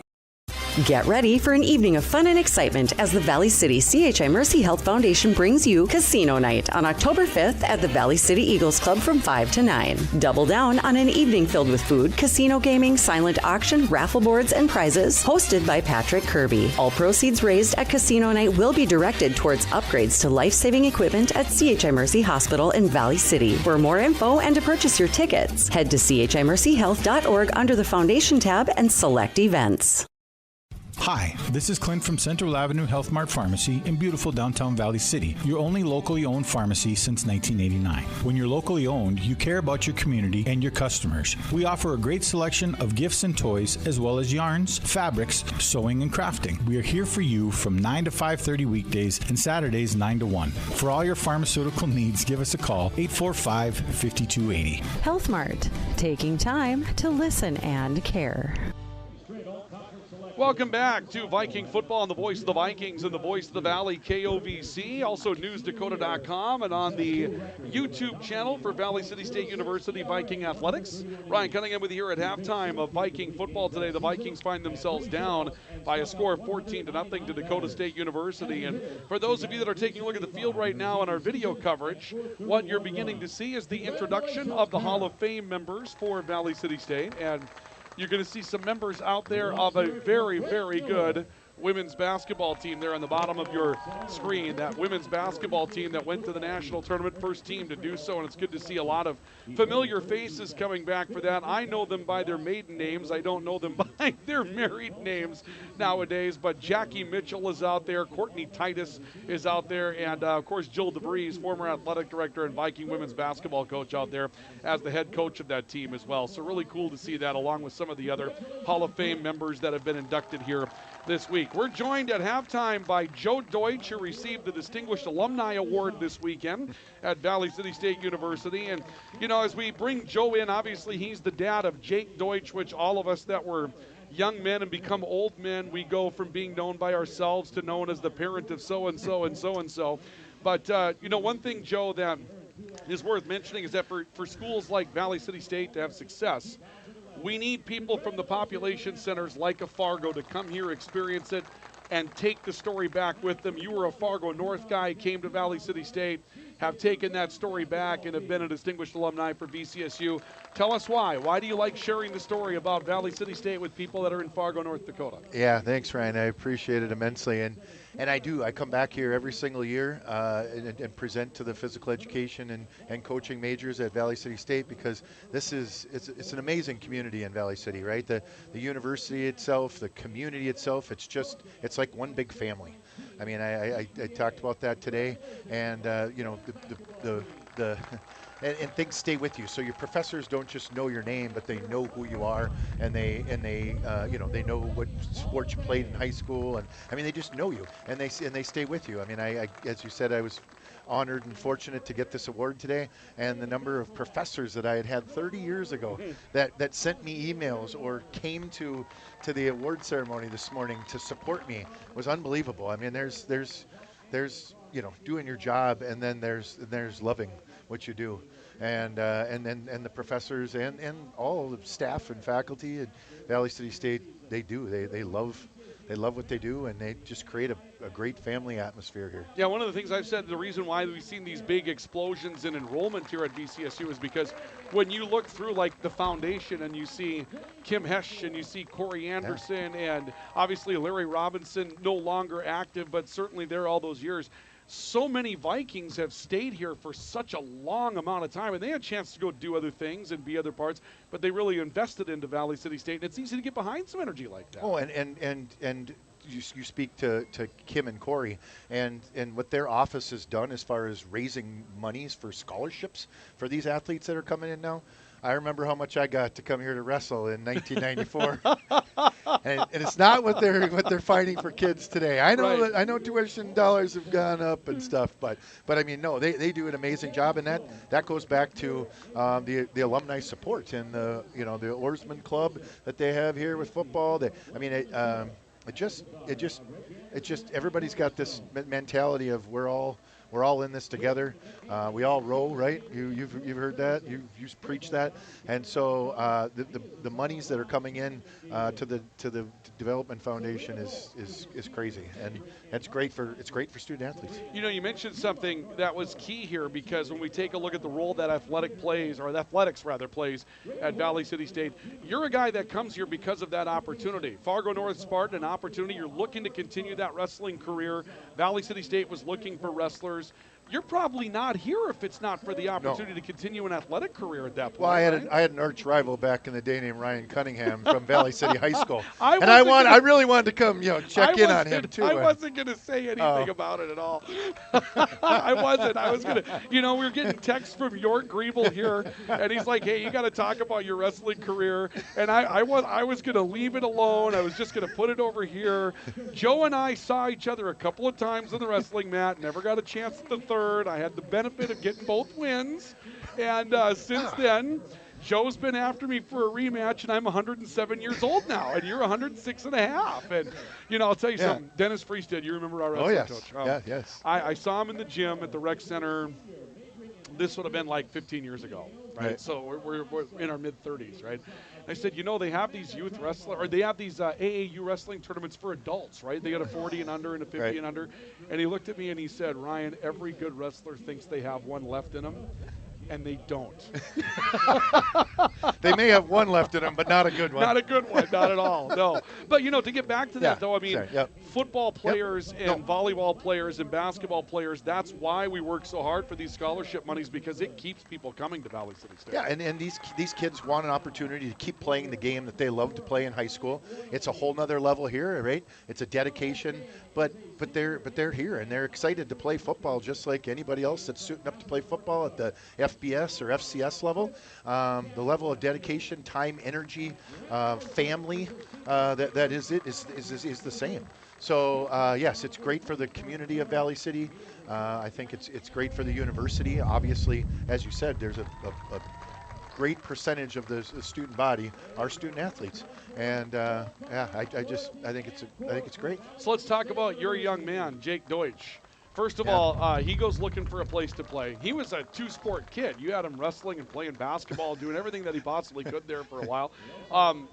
Were you the person that came to Jake and said Valley City State, or did Jake make that decision on his own, or was it a combination of both? Yeah, no, Jake got to make that decision on his own. He's I call him a COVID kid. So the recruiting period happened during COVID, so we didn't get a lot of opportunity. But Valley City was awesome. I grew up across the street from Greg Horner as a child. So friends of the family. His mom actually taught piano lessons to us. So sure. So friends of the family. But I wanted him to understand. What a special university, what a special place Valley City was, regardless. And you look at the years of experience at this level. You don't find coaches with 30 years of coaching experience, and you don't find two coaches together at a university together with the 30 years experience at that same university. So he had offers from Moorhead, from MSUM. He had other offers, and we just really felt like this was a great fit for him. 45 minutes from home, he can come visit when he wants to, and he had a hip surgery during his first total year. hip replacement. Unbelievable for a kid his age. Yeah, and we honestly didn't know if he was going to run again. But the care and attention and support that he got from not just the team and the coaching staff, but from the athletic trainer, is unmeasurable. I can't tell you. So yes, winning and losing on the football field is great and fun, and that's what we want to do. But Valley City State means way more to all these students, and to me as an alumni, than a scoreboard. So Joe, let's talk a bit about 2 weeks ago, because there's Jake just absolutely tearing it up against Augsburg. And how proud a moment was that for you? You got to see him play on some pretty good high school football teams, no question about it. But you're watching him just be the man. 7 catches, 100 yards, that clinching touchdown. Yeah. What was it kind of like at that point to watch him go out and do that for you? Yeah, I mean, he spent the whole summer here working his tail off. I mean, he wanted it, and it's just fun to see the fruits of his labor come from his work. But, like I said, if the line isn't blocking, if his quarterback doesn't find him, he can't catch a football. So it's a total team effort. It's a total team contribution, and that's fun. I mean, we're down 14 at the half here, but I think the whole second half is going to turn it around. We're going to score 14 of our own. Let's do it. And we're going to get after it in overtime. My favorite thing in the world, college football overtime. So tonight, you going dancing tonight? Are you going to stay in town for a while? I used to dance on the dance floor at the Eagles Club 30 years ago. I figure, they say a good dancer's always got one good dance right, with him. Yes, yeah. Dennis Freestad would say. Dennis Freestad would say maybe sit down, have a pop, and enjoy life a little bit. But we'll see. But we're definitely going over there afterwards. Yep, we got lots of friends and family in town. I had a nice awards breakfast this morning. President Lefebvre gave me this award. Kim and Corey put everything together, and it was just super awesome. A lot of other recipients of awards too, and Hall of Fame class, awesome. So absolutely. Yeah, I'll tell you what, Joe. Certainly is nice to be on the same team as you. Yeah, well, I'm winning if I'm with you now. I wasn't winning when I was against you, obviously. I'll tell you what, if there would have been a third one, who knows how that was going to turn out, right? But, again, just leave it. Go find Jorg Griebel and smack him upside the head and say, what are you doing, right? You do that, right? But we're enjoying having Jake here, and I'll tell you what, you've had experience at NDSU, though, and this is what I like about guys like you, Joe. You'll go back to Fargo and tell them Valley City State. And there's a lot of people that won't do that. You're right in the backyard of NDSU. You get it. You understand those things. And you'll go back and say, hey, you know what? That university 60 miles down the road, great ambassador. That's why you get that award, because you're an ambassador of the university. That's a really cool thing to see you doing in Fargo, North Dakota. So thank you so much. Thank you. Yeah, different universities have different appeals for different people. And Valley City is a perfect fit for some, and NDSU is a better fit for others. Just how it works. Yep. Thank you, my man. Thank you for being here. Joe Deutsch joining us today. Again, Distinguished Alumni Award here for Valley City State University. And today he gets to watch his son Jake, and hopefully Jake's going to grab about 3 touchdown passes here in the second half, and we get this one turned around. Vikings down 14-0 at the break. We'll come back with some of the plays from the first half that made it happen in just a couple of moments, so stay with us for that. This is our coverage of Viking football on the Voice of the Vikings, the Voice of the Valley, KOVC, on NewsDakota.com, and on the VCSU Athletics YouTube channel. Sanford Health of Valley City is dedicated to transforming your healthcare experience and providing access to world-class healthcare right here in America's heartland. We're committed to improving the human condition at every stage of life through exceptional care, spiritual enhancement, innovation, and discovery. Schedule your appointment today at Sanford Health of Valley City by calling 701-845-6000 or self-schedule online at mysanfordchart.org. Sanford Health, here for all, here for good. When your team, school, or business needs custom apparel or promotional products, Rambo is here to help. With over 40 years of industry-leading experience, state-of-the-art machines, and dedicated employees, we have the tools and facility to handle any job. With online ordering solutions for sports teams and businesses alike, you can count on us to get the job done correctly and on time. Get your next project started, contact Matt, or visit us online at rambo.com. Experience the thrill, feel the passion, and join the excitement. Tickets on sale now at VCSUVikings.com. Lang hard to the basket with a two-hand flush. He burst through it. He's to the end zone. Touchdown, Valley City State. Here's the game-winning shot. Does it go? Yes, it does! Nelson on the attack. Holland can't make the play. The Vikings sweep the Jimmy. Lever's Foods, best quality, best price. Lever's Foods, best service, they're nice. Lever's Foods, they make everything right. All this week at Lever's Foods in Valley City during the fantastic fall sale. Save big on Our Family Butter, assorted varieties, $3.77. Boneless pork loin chops, $2.99 a pound. Red or green seedless grapes, extra large, just $1.59 a pound. And Our Family kidney or chili beans, tomatoes, or tomato sauce, 2 for only $1. Delivery is available by calling 845-1732. Lever's Foods, Valley City. Hey college students, are you looking for a part-time job that works around your schedule, pays well, and gives you free money for college every year? McDonald's offers all of it. We can work around your schedule, and we give $2,500 scholarships to everyone who works for 3 months and averages 15 hours per week. That's 2 full shifts a week or 3 shifts of 5 hours. It's that easy. Let us help you become our next scholarship recipient. Come join our team. Text ND29 to 38000 to apply today. Welcome back to Viking football on the Voice of the Vikings, the Voice of the Valley, KOVC, NewsDakota.com with our video coverage in the Valley City State University Athletics YouTube channel. We're at halftime. Vikings trailing by a score of 14-0 to Dakota State University. Let's take a look at some of the plays that made this go back in the opening half of football, and we'll get started with a big play for the Vikings as Gavin Gerhardt with another big play for Valley City State. Gerhardt comes over the top, comes up with an athletic takeaway. The Vikings forced the first turnover of the game. That was early in the second quarter. All the action came in the second quarter of football, but you would see a drive by Dakota State going down the field behind a steady diet of runs from Tice Ortman, and Ortman here cutting back to his left and finding his way into the end zone for a touchdown for the first points of the half. Came late in the second quarter. Dakota State leading at that point by a score of 7-0.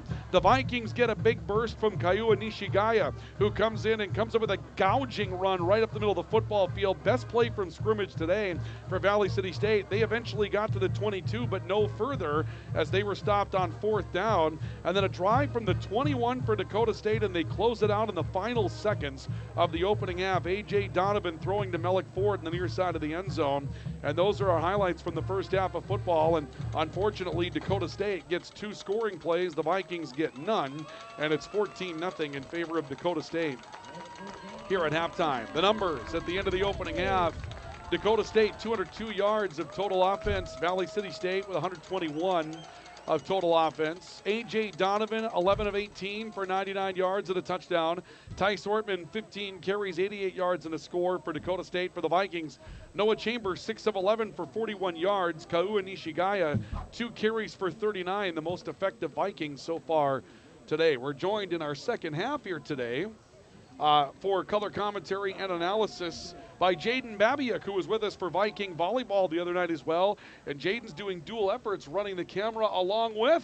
I mean, we don't break him in long. We just OJT, and then you're ready to go, right, Jaden? Absolutely. And then we'll add the third job probably, but come fourth quarter, about halfway through, and what's that going to be? Operate the boom audio or something, Ryan? Maybe you could cook a burger. We're getting kind of hungry. I don't know. Do you barbecue well?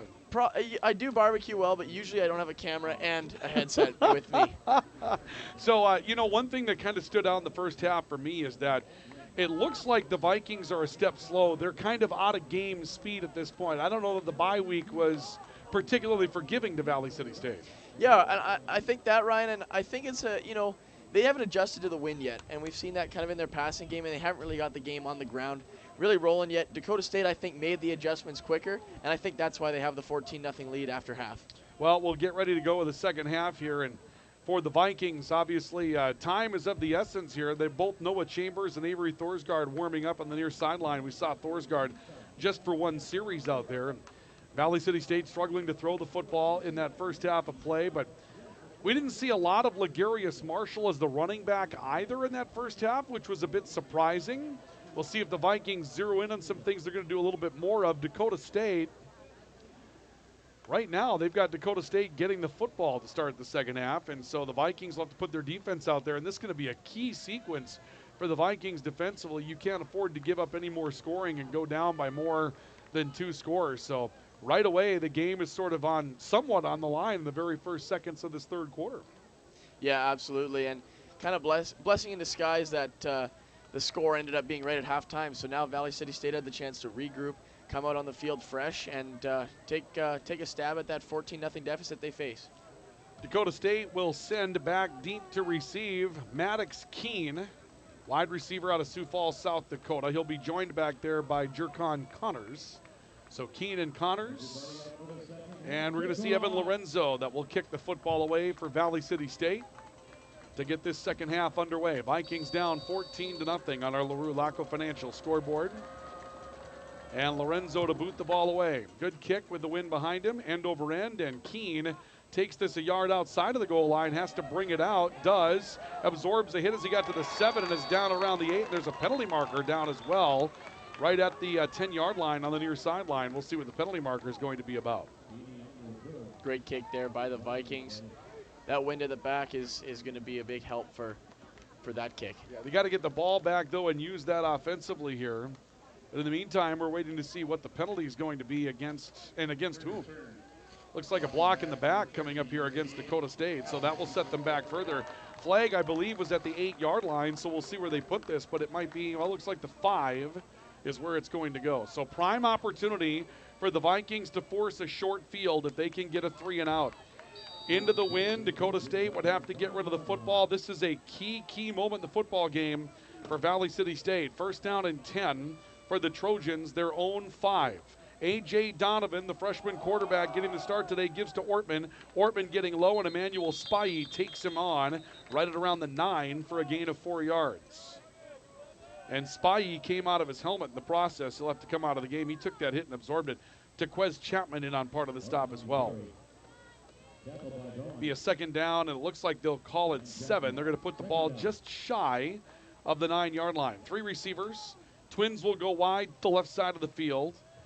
And Donovan, with Ortman to his left on second down, takes a shotgun snap. Ortman again trying to cut back middle. Low ahead of the 10, down to the 11. Short gain, 2 yards on the play. Georgia Magnejo, part of the stop for the Vikings. Tequez Chapman again. And here's the play.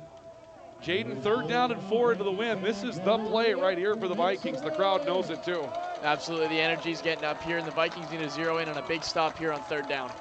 Here comes 3rd down and 4. Big play coming up for the Viking defense. They need a stop. Donovan with 3 receivers, Twins to his left, takes the snap. Pressure. Bonovan throws near side. Ortman has the catch, first down, but a flag is down. The Vikings ran a twist on the right side of the field defensively, trying to put on some pressure. They may have been held up, and we'll see if this comes back against Dakota State. Trojans asking what the call was about.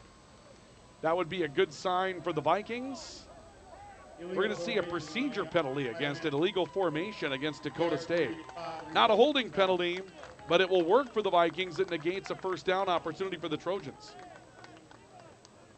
We'll back them up to near the original line of scrimmage, right around the 6. So here comes 3rd down and 10. Vikings again with an opportunity to get their defense off the field. 3 receivers. And waiting out of the shotgun will be A.J. Donovan with Ortman to his left. Donovan dropping back, quick throw, man wide open in the flat, up at the 11-yard line. Pass is caught. Couple of tackles try to bring him down. He got to the 15, and that second effort may have been enough for a first down as Gavin Gerhardt is able to bring down Eddie Merrill III, a freshman tight end, and move the sticks. Wow. That's a tough break, Jaden. Wow. Yeah, Merrill found himself wide open there. That is a tough break for Valley City State. Still, though, they are deep. Dakota State is deep in Valley City State territory, or sorry, their own end. So there is still a chance for Valley City State to pin them deep, especially with that wind blowing as hard as it is, Ryan. Just tough not to get the defense off the field in that sequence. 1st down and 10 for the Trojans. Now their own 15. Ortman again, cutting back over the middle, slipping off tacklers. Broke second level at 25 to 27. He's down to the 28-yard line before Emmanuel Spy brings him down. A 13-yard pickup, another first down for the Trojans and an injured Viking. Looks like it's Malachi Torres that's down on the field for the Vikings. And this running game just continues to gouge the Viking defense. They have really struggled against the run. Again, 284 yards allowed per game for the Vikings running the football. Now, a lot of that was by Minot State, 416 yards on the ground in week 1, 0 through the air for Minot State in that game at Minot. But today, the running game just has not been something the Vikings have been able to stop, and Malachi Torres coming off the field hobbled on the right leg. Yeah, no, the Dakota State running game, especially Ortman, have had their way on the ground. And that first drive, he was a part of a few key plays, and then obviously driving that one into the end zone for 6. 1st down and 10 for Dakota State after the 13-yard pickup by Ortman, who now goes over 100 yards for the day. 3 receivers, twins left, and the Trojans will start a man in motion in the backfield. Ortman again, big hole right side, head down and burrowing to the 34. Gain of around 6, and right now it's just like clockwork for Dakota State as they seem to get a block and find something open even time. Riley Olson, linebacker out of Fargo, North Dakota, with a stop. 2nd down and call it 5. They're going to say this is back at the 33 on the end of the possession. So 2nd and 5 for Dakota State from the 33-yard line. 3 receivers left. It's 14-0 Dakota State to start the 3rd quarter of football, and the Trojans with the opening possession of the 2nd half. Donovan, pressure against him. He throws downfield, and this one is bobbled and incomplete. Double coverage he threw into. Emmanuel Spy was there. The receiver was Mellick Ford. Spy came up, got a piece. Mike Olson was there as well. Here comes 3rd down and 5, and another opportunity for the Viking defense. Got to come up with something big here. Yeah, get that defense off the field if you're Valley City. You want to use the wind at your back this quarter. You want as much time with the ball as possible. Incompletion, stop the clock with 11:47 to go, 3rd quarter. Here's 3rd down and 5 for Dakota State. Vikings with 5 defensive backs. Donovan drops back. Pressure's picked up. Screen pass caught. 1st down and more. Jaycon Connors up to the 42. It's a pickup of 10 yards, and it's a 1st down for Dakota State. Just no ability to generate any pressure at all for Valley City State. We'll take a look at it again on our newsdakota.com replay, and you'll see the Vikings bring a linebacker on the blitz, but it's picked up, and Donovan with all day and just a wide open little slot to throw underneath on, and that's been the textbook throughout the day for Dakota State. 1st and 10 for the Trojans, now at the Viking 41. 3 receivers. This is given to Ortman, trying to stretch near side. He cuts back middle, got to the 45, tries to slip out of a tackle or two, stretches out to the 48. It's a pickup of 7 yards. And right now the Viking defense is struggling to match up physically as well. Yeah, absolutely. And Ortman's just having his way. And Dakota State's not going to be upset running the ball with the wind at their heads right now. If they can get 6-7 yards of carry, they're going to take that all day long. 2nd down and 3. Ortman, a big day rushing the football for Dakota State this afternoon. That will take him out. Well, they haven't updated the numbers as of yet to start the second half of play. We'll try to get you that update when we can. He had 88 yards at the end of the opening half. 2nd down and 3 after a 7-yard pickup by Ortman. Donovan waiting for a snap. He'll motion a tight end to the near side of the football field. Play action towards Iverson, and a throw by Donovan. He underthrew his man. It's incomplete. The Vikings did not turn to address the football after Donovan took a big hit. And there's another injury on the play as well to Dakota State. Left tackle Tyler Chetland holding his right arm lamely as he comes off the field. The Vikings finally got to Donovan, put a little heat on him, and he took a hit as he threw the football. The Vikings would have had a chance to pick that off, but they didn't turn to address the football on that route. They're waiting for a play clock reset here for Dakota State as they got to make a change up on their offensive line. 3rd down and 3. Vikings looking to get a stop. This is a possession that's gone nearly 5 minutes to start the 3rd quarter. Donovan waiting out of the gun, a pair of receivers to his left. The Vikings blitz with Loki Yessi. They'll give it to Iverson, and he's stacked up at the 49, short of the first down by about 2 yards. Loki Yessi coming on the blitz in that situation. The Vikings able to wrap up the run play, and so now it's 4th down and 2, and Dakota State a long look to the sideline before they bring their punt unit onto the field. But it looks like they will, in fact, kick the football. Yeah, up 14. Now's not really the time to try any trickery. 9:47 and counting here in the 3rd quarter. Mike Olson will go back to receive the kick for Valley City State. And the Vikings will get the football for the first time in the second half. Trojans waiting to kick it. Little roll to the right, and the kick is away. Line drive, end over end. Olson's going to let it roll out of bounds on the Vikings sideline at around the 16. So Valley City State, 1st and 10, their own 16. Not exactly the defensive possession the Vikings were looking for, but nonetheless, they get a stop. Need to cut the lead in half, down 14-0 on the LaRue Laco Financial scoreboard. Homecoming dance will conclude the homecoming festivities coming up later on tonight out at the Eagles Club in Valley City. That's kind of a tradition for Viking homecoming. Good to see that happening. Noah Chambers out of the shotgun for Valley City State. He has Legarius Marshall in as the running back on this possession. Chambers, quick throw, pass caught over the middle. Xavier Westbrook trying to spin out of a tackler, sprints his way out to around the 32, maybe 27 rather, and maybe enough for a first down depending upon the spot. So a quick throw to Xavier Westbrook. Vikings trying to loosen up this Dakota State defense, and Noah Chambers completes his first pass in the second half. That was lightning fast. Yeah, that was really quick. Yeah, just a quick pass and again first down here, and Valley City just needs to continue building up upon their plays here. They had 2 big ones and then didn't kind of the drive sputtered out that one big one I'm thinking of, Ryan. Yeah, Kua Nishigai on the run on that one.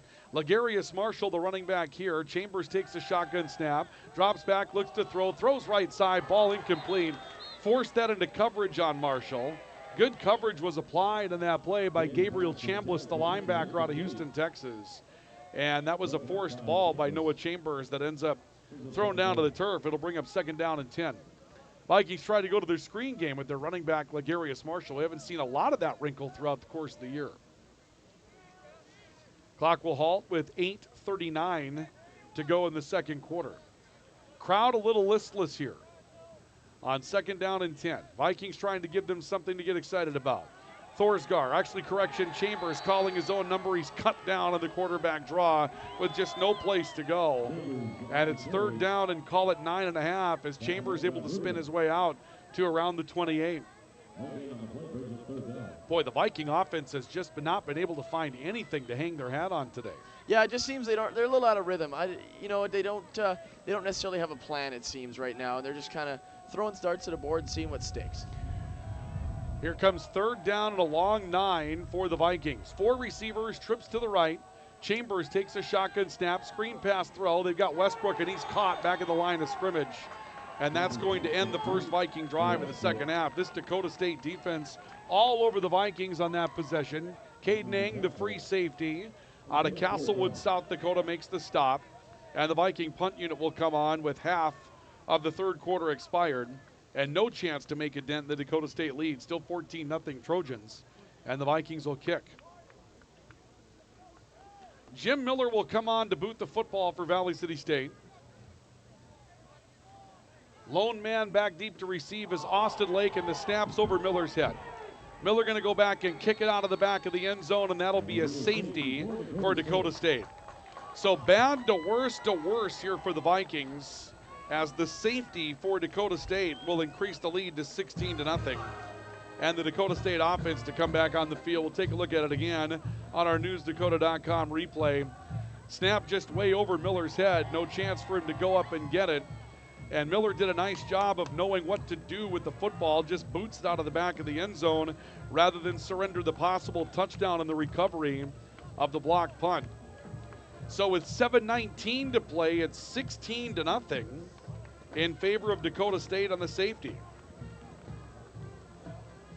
Wow. Haven't heard Locken Stadium this quiet in a lot of years. It's been a long, long time.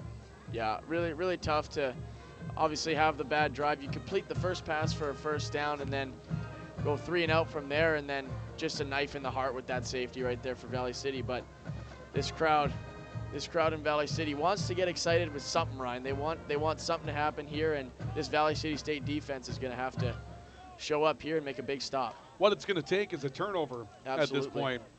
That's going to be the equalizer for the Vikings. So after the safety, the Vikings can either free kick or tee it up. They will choose to tee it up and kick it from the 20. And the Dakota State kick team was on the field, but we see safeties so infrequently they didn't really know where to line up. Evan Lorenzo will kick it away, and this is a good kick off the tee. It'll drive the return man back to the 14-yard line. That's Maddox Keene on the return, and Keene will go down at around the 32. So 1st and 10, Dakota State, their own 32. Trojans leading by a score of 16-0. It's still a 2-score game, but the Vikings now looking at having to go the 2-point conversion route. But what's really concerning for the Vikings right now is just no offensive rhythm whatsoever. And now the defense back on the field, and they were tested a lot in the opening half today. A.J. Donovan back on the field for Dakota State. Their starting quarterback. Pair of receivers to the right. Donovan audibling a play and stepping back to take a shotgun snap on 1st and 10 from the 32. He'll start Keene in motion, makes a little shovel pass to Iverson on the pitch. Iverson looking for a block, got low, spun down as he made his way to the 35. Gain of about 3. Another tackle for Emmanuel Spivey. Good to see him back in there. Emmanuel Spivey, really physical quarterback. It's fun to watch him play. Not afraid to hit anybody, Jake. Well, I mean, that's a good quality in a quarterback right there. And again, I mean, that's football right there, Ryan. 2nd down and 7. Dakota State from their own 35. These are a couple of huge plays for the Viking defense. They've got to try to force a negative play of some kind. One of the problems, they haven't been able to get to Donovan in the backfield at all. Donovan puts the ball on the ground, and there's an opportunity for the big play. The Vikings jump on it. They say it's their football. Dakota State looks to have gotten it back. Oh, boy.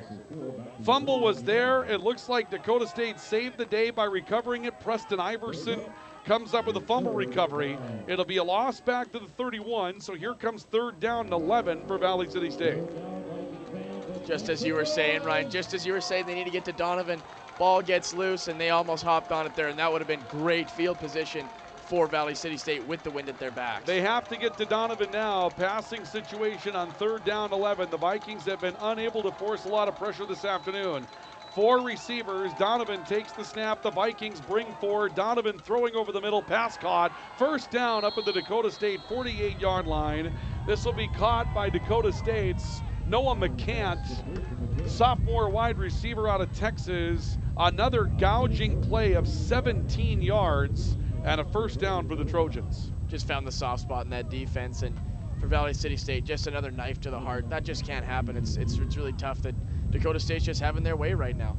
Wind picking up again here a little bit. 1st down and 10 for Dakota State from their own 48-yard line. They'll give to Iverson running left. Iverson sprints out ahead of the 50 to the 49, evaded a tackle in the backfield from Tequez Chapman. Chapman's been in the backfield a lot today, And the Trojans will get the ball to the Viking half of the field now at the 49, a gain of 3. 5 minutes to go, third quarter on the LaRue Laco Financial scoreboard. Trojans leading by a score of 16-0 over Valley City State. And Dakota State making their way up the field again on their second possession of the second half. Vikings with 1 first down in the second half, but offense has been a struggle today. Austin Lake goes in motion. Donovan dropping back to throw and throws incomplete. Looking for Iverson over in the far flat. Ball just went too far ahead of Iverson on the route. So here comes another key third down. Vikings need to put their offense back on the field with the ball at the 49-yard line. Third down and 9 for Dakota, rather third down and 7 for Dakota State from the Viking 49-yard line. Viking crowd being asked to come to life again. Can this homecoming crowd give the Vikings a jolt they need here in the second half? 3 receivers, Twins to the right. Donovan with an empty backfield. Pair of tight ends balanced across the line. Snap taken by Donovan, he drops back. He's being pressured and he's sacked back at the 44. Georgia Magnejo coming up with a big play for the Vikings, and he'll get some help from Taryn Larson, the freshman out of Beulah, North Dakota, and the Vikings make something happen with their defense.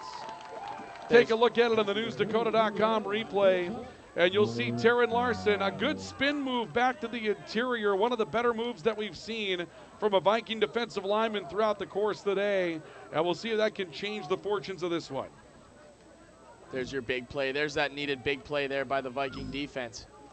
Vikings get the big defensive play they need now. Can they come up with something to change the complexity of this matchup? Mike Olson stepping into a punt, going to let it roll as it lands back at the Viking 17 and going to trickle its way down to around the 13. And this will be one of the more important offensive possessions of the game for Valley City State. 3:59 to go here in the third quarter. Vikings down 16-0. The defense comes up with their first sack of the day, and the Vikings will send Noah Chambers and the offense back onto the field. We'll see what wrinkle they can come up with. Legarius Marshall will be the running back. He's been very impressive in the first couple of weekends. He hasn't had much of an opportunity to do a lot today. 4 receivers, Twins go each way. Chambers waiting out of the shotgun. He's got Marshall to his left in the backfield.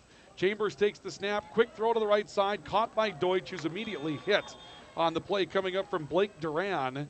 But Deutsch will pick up a gain to around the 18 for a gain of 4. It'll be second down and 6 for Valley City State. Take a look and see if the numbers have been updated for us. Tice Ortman now 20 carries, 104 yards today. A.J. Donovan 15 of 24 for 126 yards on the day. And the offensive numbers heavily favoring Dakota State in the matchup. Back to the pistol as Chambers will put Legarius Marshall behind him in the formation on second down and 4 after what was a 6-yard pickup for Jake Deutsch. Chambers looking, pressured, hit, sacked. Back at the 5-yard line. They'll say around the 8. Sack comes in from Caleb Dwyer. And once again, the Viking offensive line struggling. And a third down and long coming up for Valley City State. Just immediate pressure there from the Dakota State defense. Chambers, not a whole lot of time to do really anything. And he had Dwyer hot on him right there. Yeah, there was nothing that he could do. And so here comes third down and 15 for Valley City State. 3 receivers, Twins to the left, and now Chambers going to take this snap from inside his own 5-yard line. Low snap, he's going to roll, he's in trouble in the end zone, throws it out near side for Mears. Mears trying to break a tackle at the 10, got to around the 13. And the possession's going to come to an end for the Vikings as fourth down and 10 awaits them with 2:25 to go.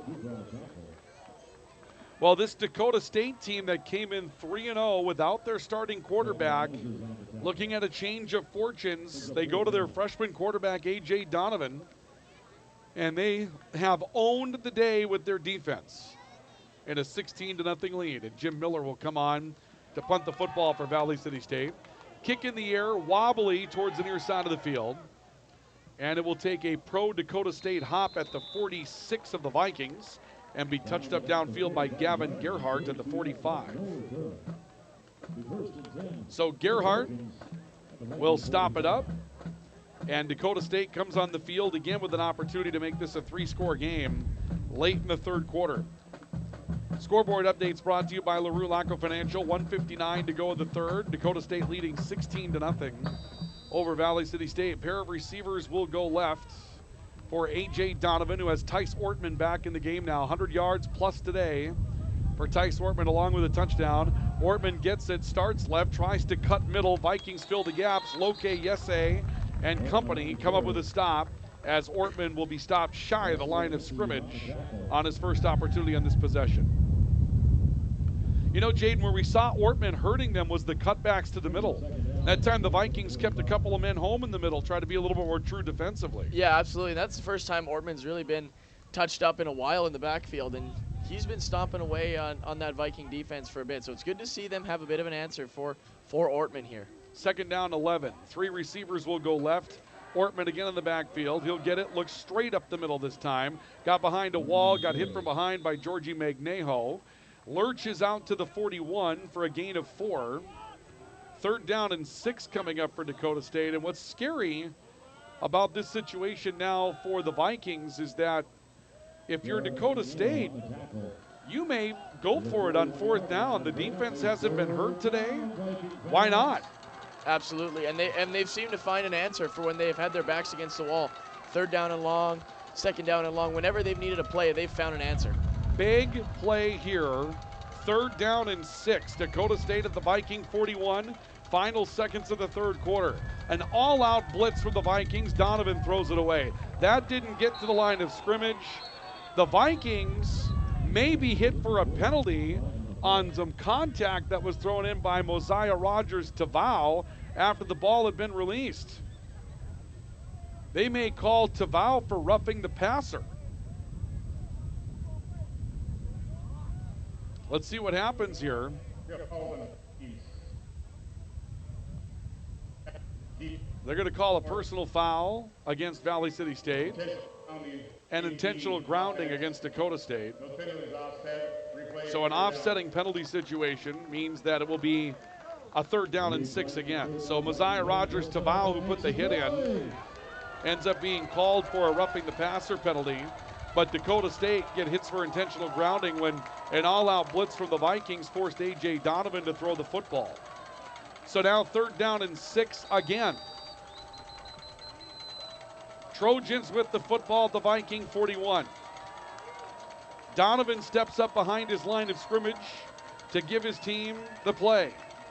3 receivers, twins to the left. He'll start a man. Jaquan Quanners back into the backfield. They give to Ortman, trying to turn the corner right side. Vikings get low and stop him for a gain of just a couple of yards. Emmanuel Spy coming up with part of the stop on that. And here comes 4th down and 4. And let's see what the Trojans do. We had talked about this just a moment ago. They're going to let the 3rd quarter run out. So no matter what they do, they'll do it in the 4th quarter with the wind at their back, presumably. Now, maybe not. It looks like they're going to stay on the field. They'll run one more play to make sure they don't have to run another into the 4th quarter. I don't think they're going to get it off, though. Down to 2, down to 1. Nope, that's going to be the end of the quarter. Do the officials know? Hey, guys, come on. 2 seconds here ran off before they decided to bring a stop to that. I'm not sure I'm a big fan of how this game has been officiated today. We're at the end of 3. Your score, Dakota State 16, Valley City State nothing on our LaRue Laco Financial scoreboard. We're on our way to the 4th. Coming up next, this is our coverage of Viking football on the KOVC, Voice of the Vikings, Voice of the Valley Sports Network, including the Valley City State University Athletics YouTube page and newsdakota.com. Orthopedic pain is limiting. It's unpredictable. And when it disrupts the way you move, it disrupts the way you live. Life is better when you feel empowered to move the way you want, when you want. And that's where our experts come in. We're your guides to orthopedic and sports medicine treatment options that can manage your pain, rehab your injuries, and restore your confidence. Take back the freedom to move. Explore your orthopedic options at Sanford Health. We go to the 4th quarter. 4th down and 5 coming up for Dakota State. Somehow during the changeover of quarter, 4th down and 6 became 3rd down and 6 became 4th down and 5. Looks like there was a run at the end of the quarter for Tice Ortman that I thought was spotted a little bit behind that. But the punt team for Dakota State will come out. And the punt team will kick with the wind at their back. Micah Olson looking into the sun now for Valley City State back at the Viking 10. And the snap taken, kick is away, and this one's just going to end up in the end zone. It hops in the goal line and will hop into the end zone. I probably shouldn't telegraph that too much. We had one that hopped into 3 earlier and stopped. Ryan Cunningham, Jaden Babiak with us. So the Vikings down 2 scores, 16-0. 14:52 left of the fourth quarter. The story of the day has been the inability of the Viking offense to really manufacture anything. Yeah, I haven't really had much rhythm in the offense, on the ground, in the air. Just haven't seemed to found it for that Viking offense. And Dakota State, to their credit, have done a great job in snuffing out anything Valley City has had on offense. Noah Chambers will come back onto the field. He has been the quarterback almost exclusively today. The Vikings did have a series for Avery Thorsgaard when they were backed up deep in their own territory. 4 receivers for the Vikings on first down and 10 from their own 20-yard line. The running back is Kaiua Nishigaya for Valley City State. Chambers waiting out of the shotgun has the snap. A 3-step back pedal and a throw over the middle. He's got Xavier Westbrook on the slant, and Westbrook out to the 31 for a gain of 11. And that's a first down, and the Vikings look to be speeding things up a little bit. They don't huddle as it is, but the Vikings will look to the sideline here, and it looks like there's a little bit more pace in the way that they come to the line of scrimmage now, trying to conserve some clock down what could be 3 scores if they don't get a 2-point conversion. They got to score first, though. 4 receivers, twins each way. Chambers waiting out of the shotgun. Nishigaya to his right in the backfield on first and 10. Snap to Chambers. He'll throw right side. Coming back to the football, Dom Sotomayor. Sotomayor picks up 5 yards on the play. It'll be second down and 5. Stop is made far side of the field by Devion Moses. 12 tackles on the season coming into the day for Dakota State. Second down and 5 for the Vikings from their own 36. Wind continuing to howl out there. The Vikings will be going into it in the fourth quarter. Second and 5. 4 receivers, again, twins each way. Chambers waiting for a shotgun snap. Blitz comes. Chambers sees it. Tries to step up and run. He handed to an own man, and he gets socked back at around the 40. Well, they're going to say 34. So he'll lose 2 yards on the play. He tried to take off and go up the field, but Casey Cawley, a defensive end out of Arlington, Texas, had stepped in to gum that part up, and Chambers ran into one of his own men. So here comes third down and 7 for the Vikings. 4 receivers with 3 to the near side of the football field. Nishigaya in the backfield trying to push this into the pistol. Chambers continuing to point out spots. The Vikings need a first down here, no question.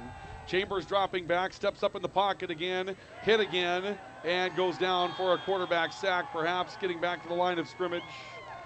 Here comes fourth down and 7. I don't think they can punt. Down 2 scores. Well, they're going to bring the punt team on. 12:44 left to go, but I would not have argued with the idea of going for it on fourth down here, Jaden, with this little time left, and the Vikings having such little success offensively today. Yeah, it's a tough call to make, especially with the wind at Dakota State's back, but you got to take risks, especially if you're down 2 scores, maybe 3 if you don't get that first 2-point convert. Yeah, right now the Vikings need to get into the end zone. Kick is away from Jim Miller. Driving, spiraling kick, and it will be taken by Austin Lake at the 28-yard line. So the Vikings down 16-0. Clocked at 12:16 to go in the fourth quarter. Homecoming week. Vikings started with a good win over Dickinson State in volleyball back on Wednesday, but on Thursday, key injury in the volleyball team to Danielle Hagler. A game against the University of Jamestown got away from them. And here today, the Viking offense has just had no success from start to finish. And the defense will have to go back onto the field and try to preserve what time is left. As A.J. Donovan, 3 receivers to his left, will come back onto the field. They'll give to Iverson. Iverson hit at the line of scrimmage as he crossed the 30 and got to the 31 for a gain of 3. Georgia Magnejo with a stop. 10 tackles on the season coming into the day for Georgia Magnejo. Stories told in the total offensive number in this one right now. Dakota State University with 236 yards of total offense. The Vikings with just 121 according to the numbers that they have. Second down and 7 for Dakota State. 3 receivers. They give to Iverson again, cutting, looking, staying behind his blocking. First down and more. He's across the 40 and out to the 42 before he's finally brought down by Georgia Magneo, but another first down for Dakota State. Iverson's been a great complement to that run game. Ortman's done a lot of the heavy lifting, and Iverson has done really well where they've needed him to. And so a first down and 10 for the Trojans at their own 42. Clock to 11:20 and counting here in the fourth quarter. A receiver, now 2 to the near side of the football field, maybe 3. Let's see, they're late getting their personnel onto the field. Gus Sanford, junior running back, comes out there to join the fray. He's going to be a slot back on the near side of the field. Donovan will start Tyson Grindy in motion. They'll give to Iverson. And Iverson hit as he got towards the line of scrimmage, maybe a yard before Loke Yese brings him down for a stop, a 1-yard pickup for Dakota State. Second down and 9 coming up for the Trojans. But right now, you start playing the clock game, and the earliest the Vikings would get this football back would be right around the 9-minute mark of the fourth quarter, down a pair of scores, and again, a 16-point pair of scores. Donovan out of the gun, 3 receivers, Twins to his left on second down and 9. He'll take the snap, throws over the middle, pass incomplete. He had an open slant receiver on that play. That open slant receiver was Noah McCant. Vikings got some defense in front of him. That stops the clock with 10:26 to go. Nice play call situation there for the Vikings. A chance to get the defense off the field and keep some time yet. Third down and 9. 10:26 to go. Fourth quarter. Vikings down 16-0. 3 receivers. Twins will come to the near side of the football field. And we'll see A.J. Donovan waiting for the shotgun snap. The Vikings rush 3. Throw goes to the far side of the field. It's caught. Little second effort got across midfield to the 49. That's going to bring up fourth down. And let's see what the Trojans do. That little second effort after the catch got the Trojans to within 2 yards, maybe a yard and a half of a first down. It's fourth down and call it 1.5. And Dakota State is going to keep the offense on the field. Fourth down and 1 from the Viking 49 for the Trojans. Preston Iverson stepping left in the backfield. A.J. Donovan steps up behind the offensive line. Sends out the cadence and steps back out of the shotgun. It's Iverson. Hit, tripped up, he didn't get there. He'll lose a yard back at midfield, and the Vikings will get the football with a short porch in front of them. Jaden, if there's anything that puts this in doubt for Dakota State, the Vikings now get the football at midfield instead of kicking and pinning them deep. Yeah, that's a curious decision to me. Valley City State has not had much answer with the offensive. So if you put them deep, you know, you have the chance to get the football back to put this game to bed, but you go for it, you don't get it. And now Valley City State with their best field position in a while, Ryan. They have to take advantage of it. First and 10 for Valley City State from the 50. 16-0 Dakota State by 2 scores and change. And the Vikings needing some offense and needing it in a hurry. Noah Chambers back onto the field, 3 receivers, Twins to his right. He'll start Savion Westbrook in motion back behind the line of scrimmage. Chambers dropping back, surveying the field, has time. Steps up in the pocket, bluffs, now wants to run, got hit at the 50. Call it no gain on the play.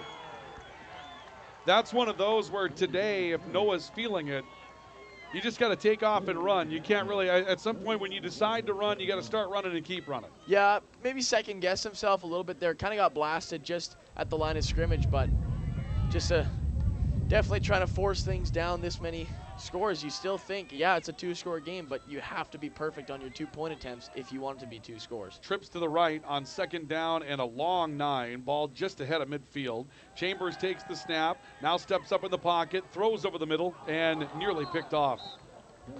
Not sure where he was going with the football. Jake Deutsch was in the hitch in the middle of the field, but that ball was overthrown for Jake Deutsch, and the only man there was Caden Eng, the free safety out of Castlewood, South Dakota. So here comes third down and 10. Now the Vikings for surely can't afford to punt. Clock stops with 8:52 to go, fourth quarter. Dom Sotomayor, the wide receiver, wide to the near side of the field. Deutsch in the interior. Westbrook now close to the line. Snap taken by Chambers on 3rd and 10. He'll throw it underneath Trent Finney, the tight end. Finney coming open on a crossing pattern. Got inside the 45, down to the 43, and it's 4th down and 2. We haven't seen that all day, a throw to the tight end. Yeah, maybe something they'll start mixing in here. Obviously worked here. I like that idea. Just get a few yards. Now you go for it. Give yourself short yardage for a 4th down conversion. 4th down and 2 for the Vikings could be the football game. The Vikings need a 1st down. 3 receivers to the left. Chambers taking the snap. Wants to throw. He's in all kinds of trouble. And will go down back at the 44. Boy, it's really, really puzzling. On 4th down and 2, you drop back and you go looking for something downfield if you're the Vikings, and you need 2 yards to continue the drive. I don't know, Jaden. I don't know about the play call. I'm really confused by that option by the Vikings. Ryan, I can't disagree with you there. Definitely, you think, look for something shorter yardage. All you need to do is keep the drive going. You don't need to go 20 yards. You don't need to go end zone. All you need is 2 yards and keep the drive alive. But Dakota State football here, Ryan. Yeah, that is purely mystifying. A pair of receivers to the right on 1st and 10 from the 45. They'll give away to Tice Ortman, who's stretched out to the near side of the field and will go down for maybe a yard loss at around the 46. Maybe just shy of the 45.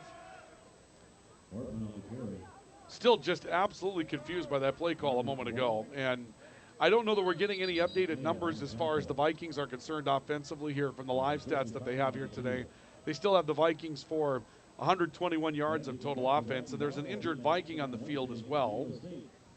I believe the injured Viking is number 51, Ty Combs, a linebacker out of Bismarck, North Dakota. And we'll have an injury stoppage here as they tend to Ty Combs. We'll take a timeout while we have the opportunity here. Timeout's brought to you by Mobility Plus Rehabilitation. Actually, we'll keep it here. And it's not Ty Combs, rather. It'll be number 54, apologies, Mosiah Rogers-Tavau. With the jersey all cramped up on the field, looked like number 51, but it was number 54 for Valley City State. 2nd down, a long 10 coming up here for the Trojans. Ball just shy of the Viking 45. Next game broadcast, for those of you wondering, for Viking Athletics will be on Wednesday night. W.E. Osmond Fieldhouse, Mayville State will be the opponent coming in.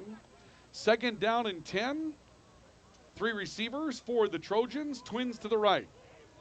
They'll start Ortman in motion. Now jet sweep to him along the near side of the field. Ortman found blocking, slipped the tackle, then lost the football out of bounds as he got to the boundary. It'll be out of bounds in favor of Dakota State, somewhere around the 30. Let's see where they decide it went out of bounds. Looks like just shy of the 30. That's going to be enough for a 1st down for Dakota State. Pick up of 15 yards. And the drive will continue for the Trojans. Now, the last numbers that we had, and again, the live stats, I don't know that they're updating as neatly as they need to today. 252 yards of total offense versus 121. They've got Ty Ortman on 21 carries for 120 yards. That would put him at 135. Donovan waiting out of the shotgun. They'll motion Jercon Connors across the formation. Ortman now keeping on the play for Donovan, option pitch to Connors, and Connors gets knocked out of bounds for a short gain of maybe a yard. That's an interesting play twist. Fake the dive with Ortman, and it turns into somewhat the triple option, right? Jaden, you can go dive, you can go quarterback, you can go pitch, right? Yeah, absolutely. And if you're Dakota State, you're up by 16 here. You can afford that kind of trickery. You can get a little creative, see what works, see what you have in the back pocket. It'll be a 2-yard pickup at the end of that play. 2nd down and 8. Clock down to under 7 to play now in the 4th quarter. 3 receivers again, twins to the far side of the field. And snap taken by Donovan. They'll give to Ortman on a stretch play. Ortman got turned as he got to the point of attack and will be spun down at around the 27 or 6. Looks like the 26. The stop for the Vikings coming in from Levi Olson. And it'll be 3rd down and 7 coming up for Dakota State. If they want to, they can take this snap inside of 6 minutes. So here comes 3rd down and 6 for Dakota State. Pair of receivers, one each side of the football field. Donovan waiting for a shotgun snap. They give to Ortman, who runs right into the teeth of a blitz from the Vikings and will go down for no gain. And so 4th down coming up. And now, let's see what Dakota State has in store here. Could be an interesting situation here. Wind at your back. What's this? About a 40-yarder, Ryan. They're going to take on a field goal try. This will be from 43 for Dakota State. And this would make it a 3-score game down the stretch. Carson Sauceda from 43 yards with the wind at his back to put the Vikings in a huge hole. Sauceda ready, good snap, hold is down, kick is a line drive, and it is good. And Dakota State will make it a 19-0 ball game. Timeout for Mobility Plus Rehabilitation on the LaRue Laco Financial scoreboard. It's the Trojans 19 and the Vikings nothing. And this is our coverage of Viking football on the Valley City State University Athletics YouTube page, and also at newsdakota.com with your video coverage, and the voice of the Vikings and the voice of the Valley, KOVC. Looking for a quality, affordable education to get you the career you want? Strengthen your resume with a degree from Valley City State University. From education to business, fisheries and wildlife to software engineering, we have it all. Learn more about becoming a Viking today.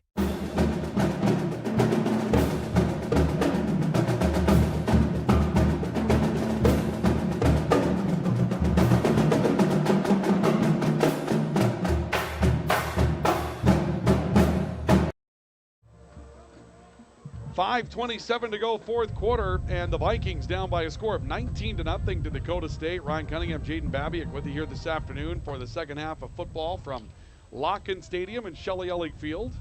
Carson Sauceda will kick the football away for Dakota State. And if you're the Vikings now, you're getting ready for the trip to Jerome Berg Field coming up next week in Mayville. And if you're the Comets and you take a look at this particular game film, you are licking your chops right now. They've gotten behind a new quarterback by the name of Jack Simmers up in Mayville. That's a running quarterback first. Had 210 yards against Nebraska Wesleyan a couple of weeks ago. Line drive kickoff into the end zone, and the Vikings will have a touchback. But right now, just no offensive rhythm or success for the Vikings whatsoever. And we'll see what the Vikings can put together for the final 5:27. If you're entertaining the possibility of a comeback here, you've got to score extremely early, and then you're talking about an onside kick.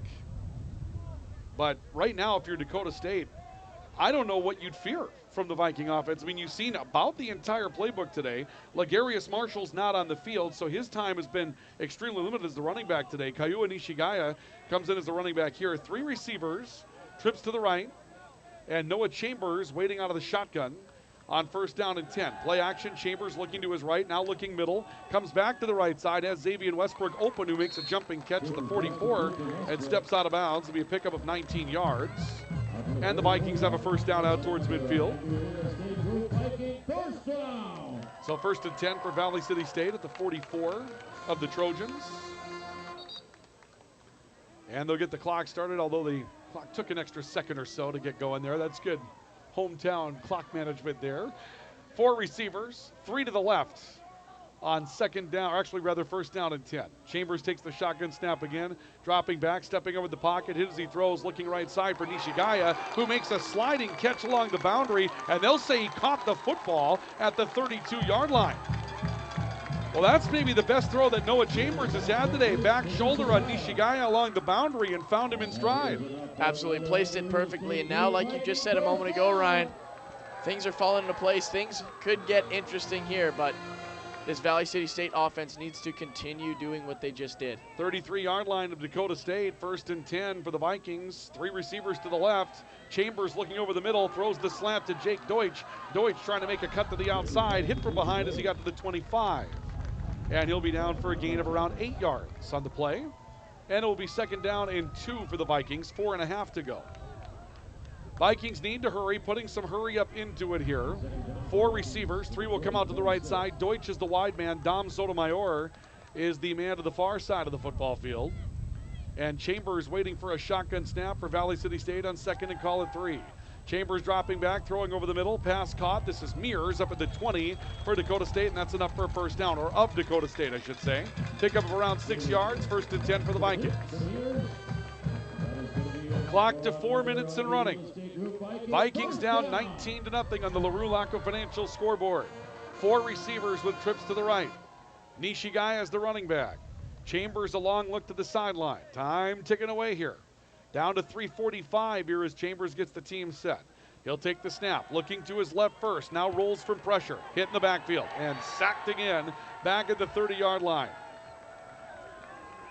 The defensive line for Dakota State deserves a lot of credit that they really probably won't get because of the running game effectiveness today for the Trojans, but Casey Cawley comes up with that quarterback sack. And there have been plenty of times today where Noah Chambers has been under duress almost immediately. Second down, 17. Chambers the shotgun snap, quick throw, rocket screen, Xavier Westbrook. Westbrook trying to break out near side numbers, the 20, the 15, the 10, down around the 7-yard line. First and goal coming up for Valley City State. Clock to 3 minutes, and if I were the Vikings, 3 timeouts, I might take one there. Obviously can't do that, got to keep them for defensive purposes, but you're trying to save as much time as you can in the game. Down to 2:50 to go, 4 receivers, 3 left on first down and goal for the Vikings from the Trojan 7-yard line. Chambers taking a look, takes the snap, wants to call his own number, starts left, cuts middle, and is hit at the 6. Never does go down. Takes a little shoving on the end of the play from Brueggemann. And the clock down to 2.5 minutes to go. Get a timeout of the 2-minute timeout. It'll be second down and goal from the 8. Vikings trying to get another playoff before they get to that 2-minute stoppage. 4 receivers again, 3 to the right side of the football field. Clock ticking away, down to 2:10. Chambers waiting for the shotgun snap, has it, throws right side. Westbrook for a comeback rocket screen to the middle, this time from right to middle, has it go through his hands. So a third down and goal from the 7. 19-0 Trojans on the LaRue Laco Financial scoreboard. Dakota State always makes this a tough football game in Valley City. A couple of years ago, some late turnovers by the Vikings turned a 14-point lead into a deficit. Vikings didn't recover. Last year, the Vikings won here, won there. Right now, the Trojans on the lip of the cup of a victory to go to 4-0 on the season. Chambers rolling right side, stepping up, pointing out signals, throws to the end zone, and a ball batted back inbounds right at the 2-minute timeout. It's batted by Jay Skogerbo, and that'll bring us to the 2-minute stoppage. 19-0 your score, and the Vikings looking at a 4th down and goal coming up as their last chance to try to put something on the board today, and we'll have it for you coming up here in just a couple of moments. But first, a timeout for Mobility Plus Rehabilitation. This is Viking football on the VCSU Athletics YouTube page, on newsdakota.com for video coverage, and the voice of the Vikings, the voice of the Valley, KOVC. When your team, school, or business needs custom apparel or promotional products, Rambo is here to help. With over 40 years of industry-leading experience, state-of-the-art machines, and dedicated employees, we have the tools and facility to handle any job. With online ordering solutions for sports teams and businesses alike, you can count on us to get the job done correctly and on time. Get your next project started, contact Matt, or visit us online at rambo.com. The 2-minute timeout, 19-0 Trojans on the LaRue Laco Financial scoreboard. 4th down and 7 for Valley City State, 4th and goal rather from the 7. Ryan Cunningham, Jaden Babiak with you here today. The Vikings down by 3 scores, but right now just looking for 1 score to have something to build on going into next week. And meanwhile, Dakota State looking at a 4-0 start, and impressively doing so behind a backup quarterback and quarterback troubles. Chambers on 4th down. All kinds of trouble. Rolls away from it, now wants to run. Thought he had the corner, now steps back, steps to the end zone, throws. Dom Sotomayor makes the catch. Touchdown, Valley City State. Dom Sotomayor stays in the back of the end zone and holds on for dear life. And Noah Chambers running away for dear life comes up with a touchdown for Valley City State. Let's look at it again on the newsdakota.com replay. Here's Chambers, thought about running there, realized he didn't have the angle, steps back, just throws the back of the end zone, and Sotomayor, against 3 different defenders in the end zone, comes up with it to make it 19-6. And the Vikings will go for 2. Second touchdown catch of the season for Dom Sotomayor. It'll be from 8 yards. And the Vikings will go for a 2-point conversion, trying to cut the game to 11. Reason being, touchdown in 2 plus the field goal would be what happens there. Chambers calling the snap, looking to throw. He's got Westbrook. Westbrook reaching to the goal line, got in for the 2-point conversion.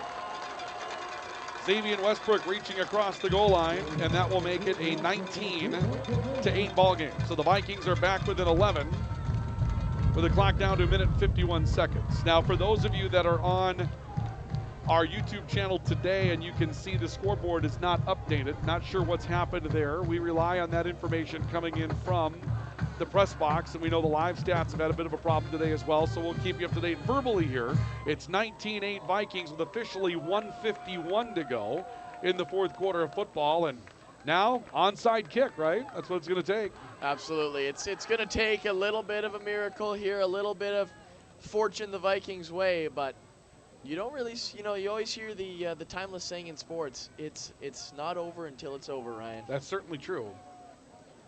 A little homecoming magic maybe for the Vikings. Well, you go out and recover an onside kick here, and that gives you a chance in any event. But if Dakota State goes out and gets it, Vikings have their timeouts. They'll use them.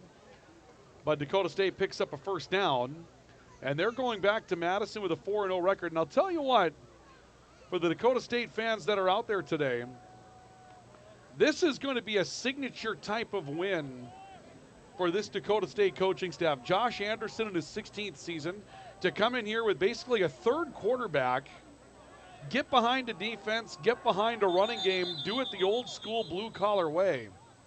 Timeout going to be taken by Dakota State. You're talking about a situation where Trey Heddick had this team rolling, opened the season with that. I think it was 34-3, the final score. They just dominated Dakota Wesleyan, and people up here don't quite realize. I mean, that's the Viking Jimmy thing, right? The Dakota Wesleyan, Dakota State thing right down the highway, Mitchell and Madison. And when you win 34-3 in that game, it's a statement to get the signature thing going. And then when you go from there, score 41 in Nebraska Wesleyan. Trey Heddick after 2 games, 37 of 60, already had 427 yards passing in 2 games. He goes down in the Jimmy game. They hold on to win, but they go to Joey Cole, and they expected Joey Cole this week, and enter A.J. Donovan, freshman from La Crescent, Minnesota. And A.J. managed the game today. Didn't do anything flashy, but behind Tice Ortman and the screen passes, just managed it like a freshman needs to, right? Yeah, absolutely, and then the defense took care of the rest. Sometimes it doesn't need to be the flashy. Sometimes it doesn't need to be the hero plays. Sometimes it just has to be that blue collar lunch pail effort. Lorenzo with the onside kick, and this one didn't go 10 yards, and it's batted out of bounds, and there's a flag down. So it didn't go 10 yards. It was touched by Dakota State before it went out of bounds, and there's a flag down, which, if I recall my rule book correctly, is going to be Dakota State likely declining the penalty. They made contact with the ball last and sent it out of bounds. It'll be their football somewhere around the 40-yard line, I would expect. You don't see that kind of result in an onside kick very often, where it doesn't go 10 yards, then somebody from the receiving team actually bats the ball out of bounds. Yeah, which is the right play. You don't want to go for the hero catch and then it slips through the fingers, and now Valley City State has a chance. So, again, sometimes just a smart play. And that will be the result. The Vikings were called for encroachment. So Dakota State will have the ball at the Viking 40 after batting the ball out of bounds. I believe it was Jay Skoger. No, it may have been Melik Ford that batted the ball out of bounds, again with the 2-number situation for Dakota State. So 1st and 10 for the Trojans from the Viking 40, 19-8. Trojans by 11. Vikings blitz. Ortman runs away from it and is up to the 34. Vikings do not call timeout. Clock to 1:40. Well, not calling a timeout in that situation, I think, is kind of an indicator. I think that the Vikings have seen the better end of this one for their nature today, and they're going to call it a day instead of trying to drag this one out. So the clock going to run. Play clock right now at 15 seconds, so the snap doesn't have to take place till about 1:04, somewhere along those lines. Donovan will be out of the shotgun. Ortman to his left. Pair of receivers to the left on 2nd down and 3. Clock to 1:07 as they take the snap. Ortman stretching out right side. He may go to the 20-yard line. No, he slides. How about that for a really, really selfless act for Ty Ortman? He had a chance to go down the sideline and score, and instead he comes to a sliding stop to keep the clock running and decides he'd rather go celebrate the win a little bit early than celebrating an additional 6 points. That's a heck of a play, and his team's going to get in the victory formation. Yeah, he's had a great day, and finish off with that kind of play, selflessness, shows you what kind of player he is. He's been stomping on that Valley City State defense all afternoon long. He's had a huge day carrying the football. Latest numbers for him, 23 carries, 124 yards. I think he'll end up over that. And a knee by A.J. Donovan inside of 30 seconds, and that is going to be the ball game today. Dakota State comes to Valley City behind essentially their third quarterback. They get behind a running game. They get behind a defense. They give Noah Chambers very little, if any, time to work with. The Viking running game could not produce. And Valley City State is beaten in their homecoming matchup, and Dakota State is 4-0. Your final score this afternoon from Locken Stadium in Shelley Ellick Field will be the Vikings beaten by the Trojans 19-8. The Vikings fall to 1-2, and Dakota State will improve to 4-0. We'll come back with our post-game report. I'll look at some of the plays from the game and wrap things up for you in a couple of moments, so stay with us. This is Viking football on the VCSU Athletics YouTube channel. Also on NewsDakota.com and the voice of the Vikings, the voice of the Valley, KOVC. Experience the thrill, feel the passion, and join the excitement. Tickets on sale now at VCSUVikings.com. Lang hard to the basket with a two-hand flush. He burst through it. He's to the end zone. Touchdown, Valley City State. Here's the game-winning shot. Does it go? Yes, it does! Nelson on the attack. Olin can't make the play. The Vikings sweep the Jimmy. Orthopedic pain is limiting. It's unpredictable. And when it disrupts the way you move, it disrupts the way you live. Life is better when you feel empowered to move the way you want, when you want. And that's where our experts come in. We're your guides to orthopedic and sports medicine treatment options that can manage your pain, rehab your injuries, and restore your confidence. Take back the freedom to move. Explore your orthopedic options at Sanford Health. Lever's Foods, best quality, best price. Lever's Foods, best service, they're nice. Lever's Foods, they make everything right. All this week at Lever's Foods in Valley City during the fantastic fall sale. Save big on Our Family Butter, assorted varieties, $3.77. Boneless pork loin chops, $2.99 a pound. Red or green seedless grapes, extra large, just $1.59 a pound. And Our Family kidney or chili beans, tomatoes, or tomato sauce, 2 for only $1. Delivery is available by calling 845-1732. Lever's Foods, Valley City. Hey college students, are you looking for a part-time job that works around your schedule, pays well, and gives you free money for college every year? McDonald's offers all of it. We can work around your schedule, and we give $2,500 scholarships to everyone who works for 3 months and averages 15 hours per week. That's 2 full shifts a week or 3 shifts of 5 hours. It's that easy. Let us help you become our next scholarship recipient. Come join our team. Text ND29 to 38000 to apply today. Welcome back to Viking football today here on the Voice of the Vikings, the Voice of the Valley, KOVC. Also on our KOVC NewsDakota.com webpage for video coverage.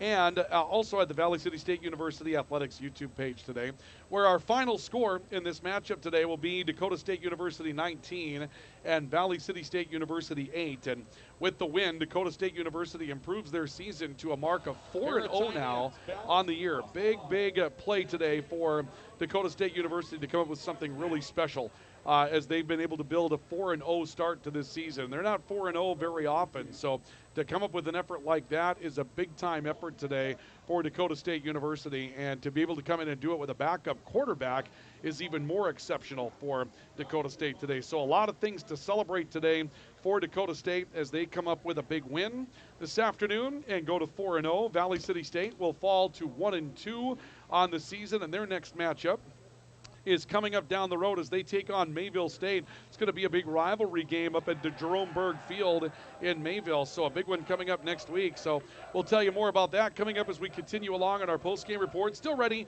to bring you some of the plays of the matchup that we had for you today here in our post-game report, so stay with us for that. We'll get to those coming up in just a couple of moments, and hang on, we'll come back with more of those highlights from the game today in just a bit. Again, 19-8 your final score. The Trojans with the victory today. We've got more coming up on Viking football next. Looking for a college experience where you can get a degree and make a difference? Valley City State University is the top public regional college in North Dakota, as ranked by U.S. News and World Report.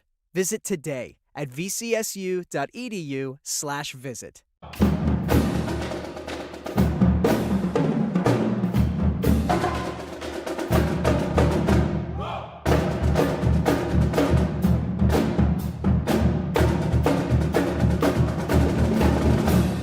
This is Dr. Amanda Heck, physical therapist with Mobility Plus Rehabilitation, with offices in Valley City, Lisbon, Gwinner, and Enderlin. Our mission is to provide exceptional physical and occupational therapy by highly skilled therapists to minimize pain and maximize mobility, which allows you to return to the quality of life you desire. From sports injuries to work-related injuries, neurological diagnosis, and pediatric development delays, we will evaluate and educate you on your condition, review treatment options, and create an effective treatment plan to solve your impairments based on your unique situation and needs. I invite you to call our offices at Mobility Plus today.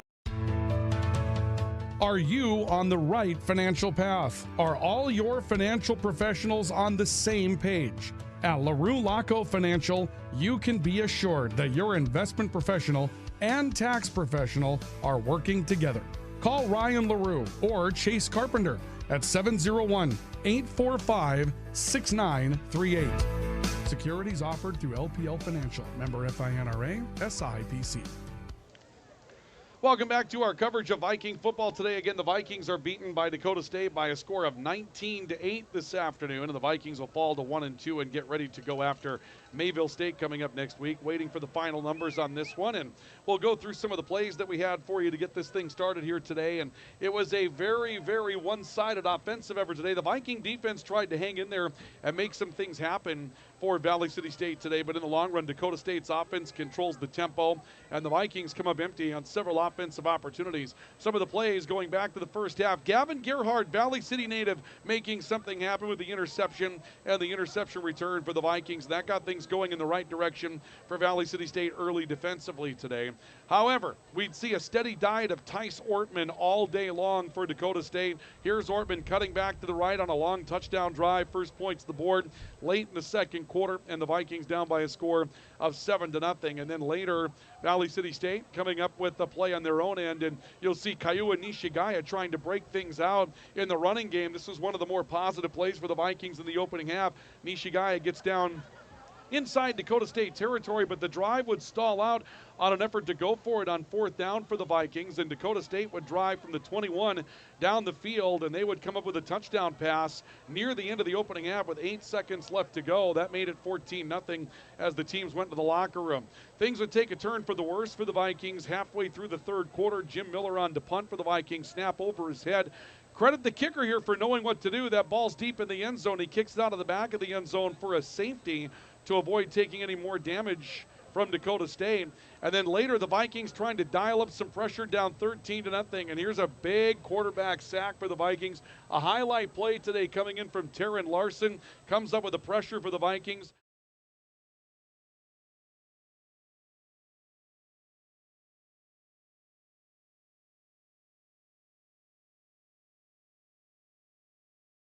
Can't cut it closer, and the Vikings are beaten today by a final score of 19-8. We're joined in our post-game report by Dennis McCulloch, the head coach for Viking football. Well, Coach, the Trojans did what you thought they were going to do today. I mean, they ran the football, and you had some success. You'd like to have more success stopping it, but 19 points, not really a bad result in this thing here today. The real tough one is just the lack of being able to get anything going offensively pretty much the entire game this afternoon. Yeah, I mean, like I told the guys, like it's a little bit of,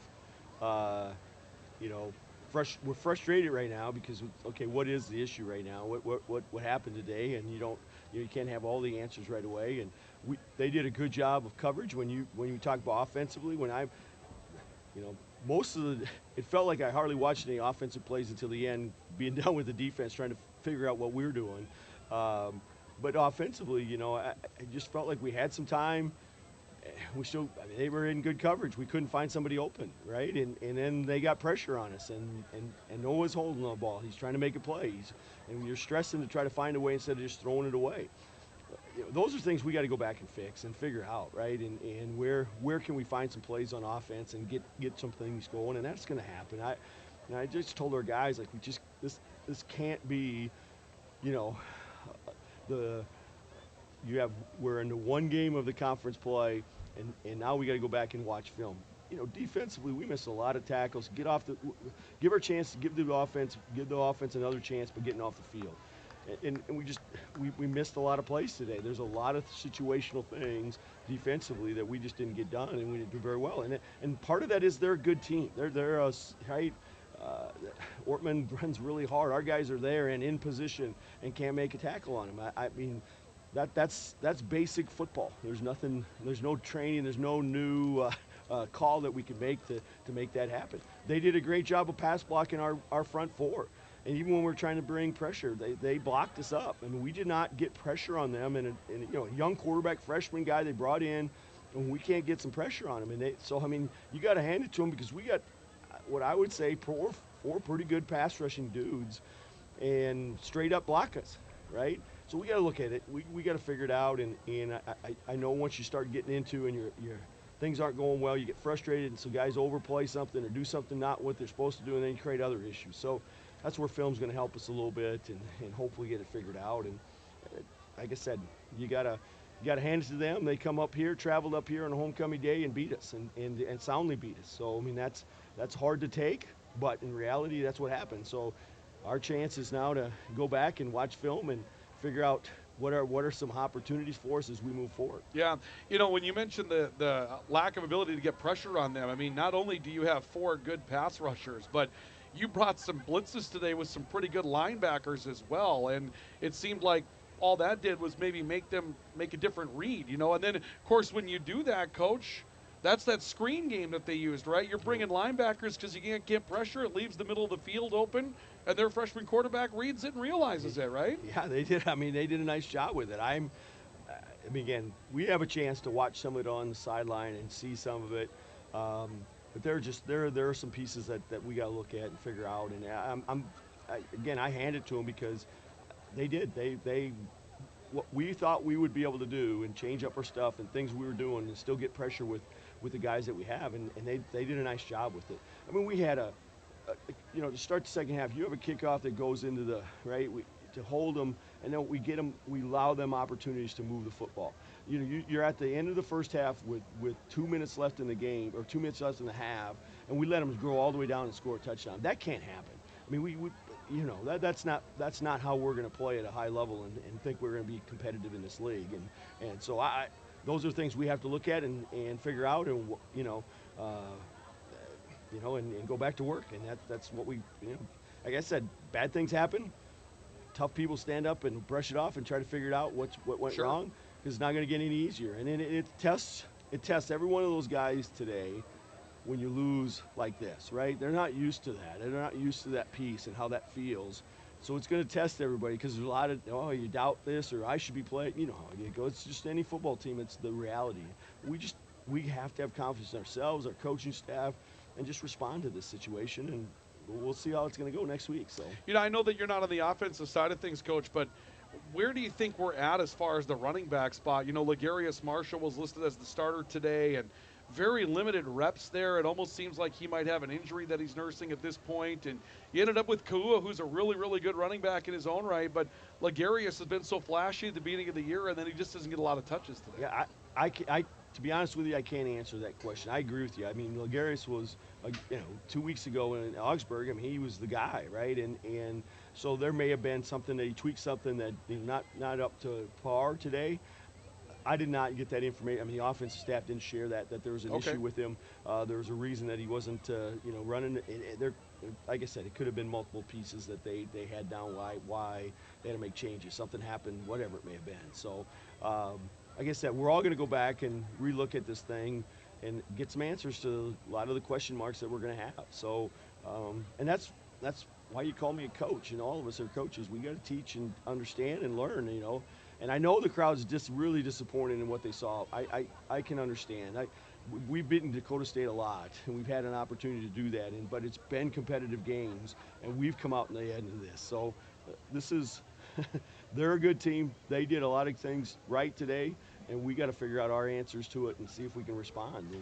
And that's in the end, like any offense, you need some explosive players. You need some things that aren't always drawn up perfectly, but somebody can make a play and find a way to have an explosive play. We're struggling right now finding them. Mayville State next week, and if they do what we expect, the kid that was playing quarterback for Grand Forks Central in the state championship game last year is going to be their guy.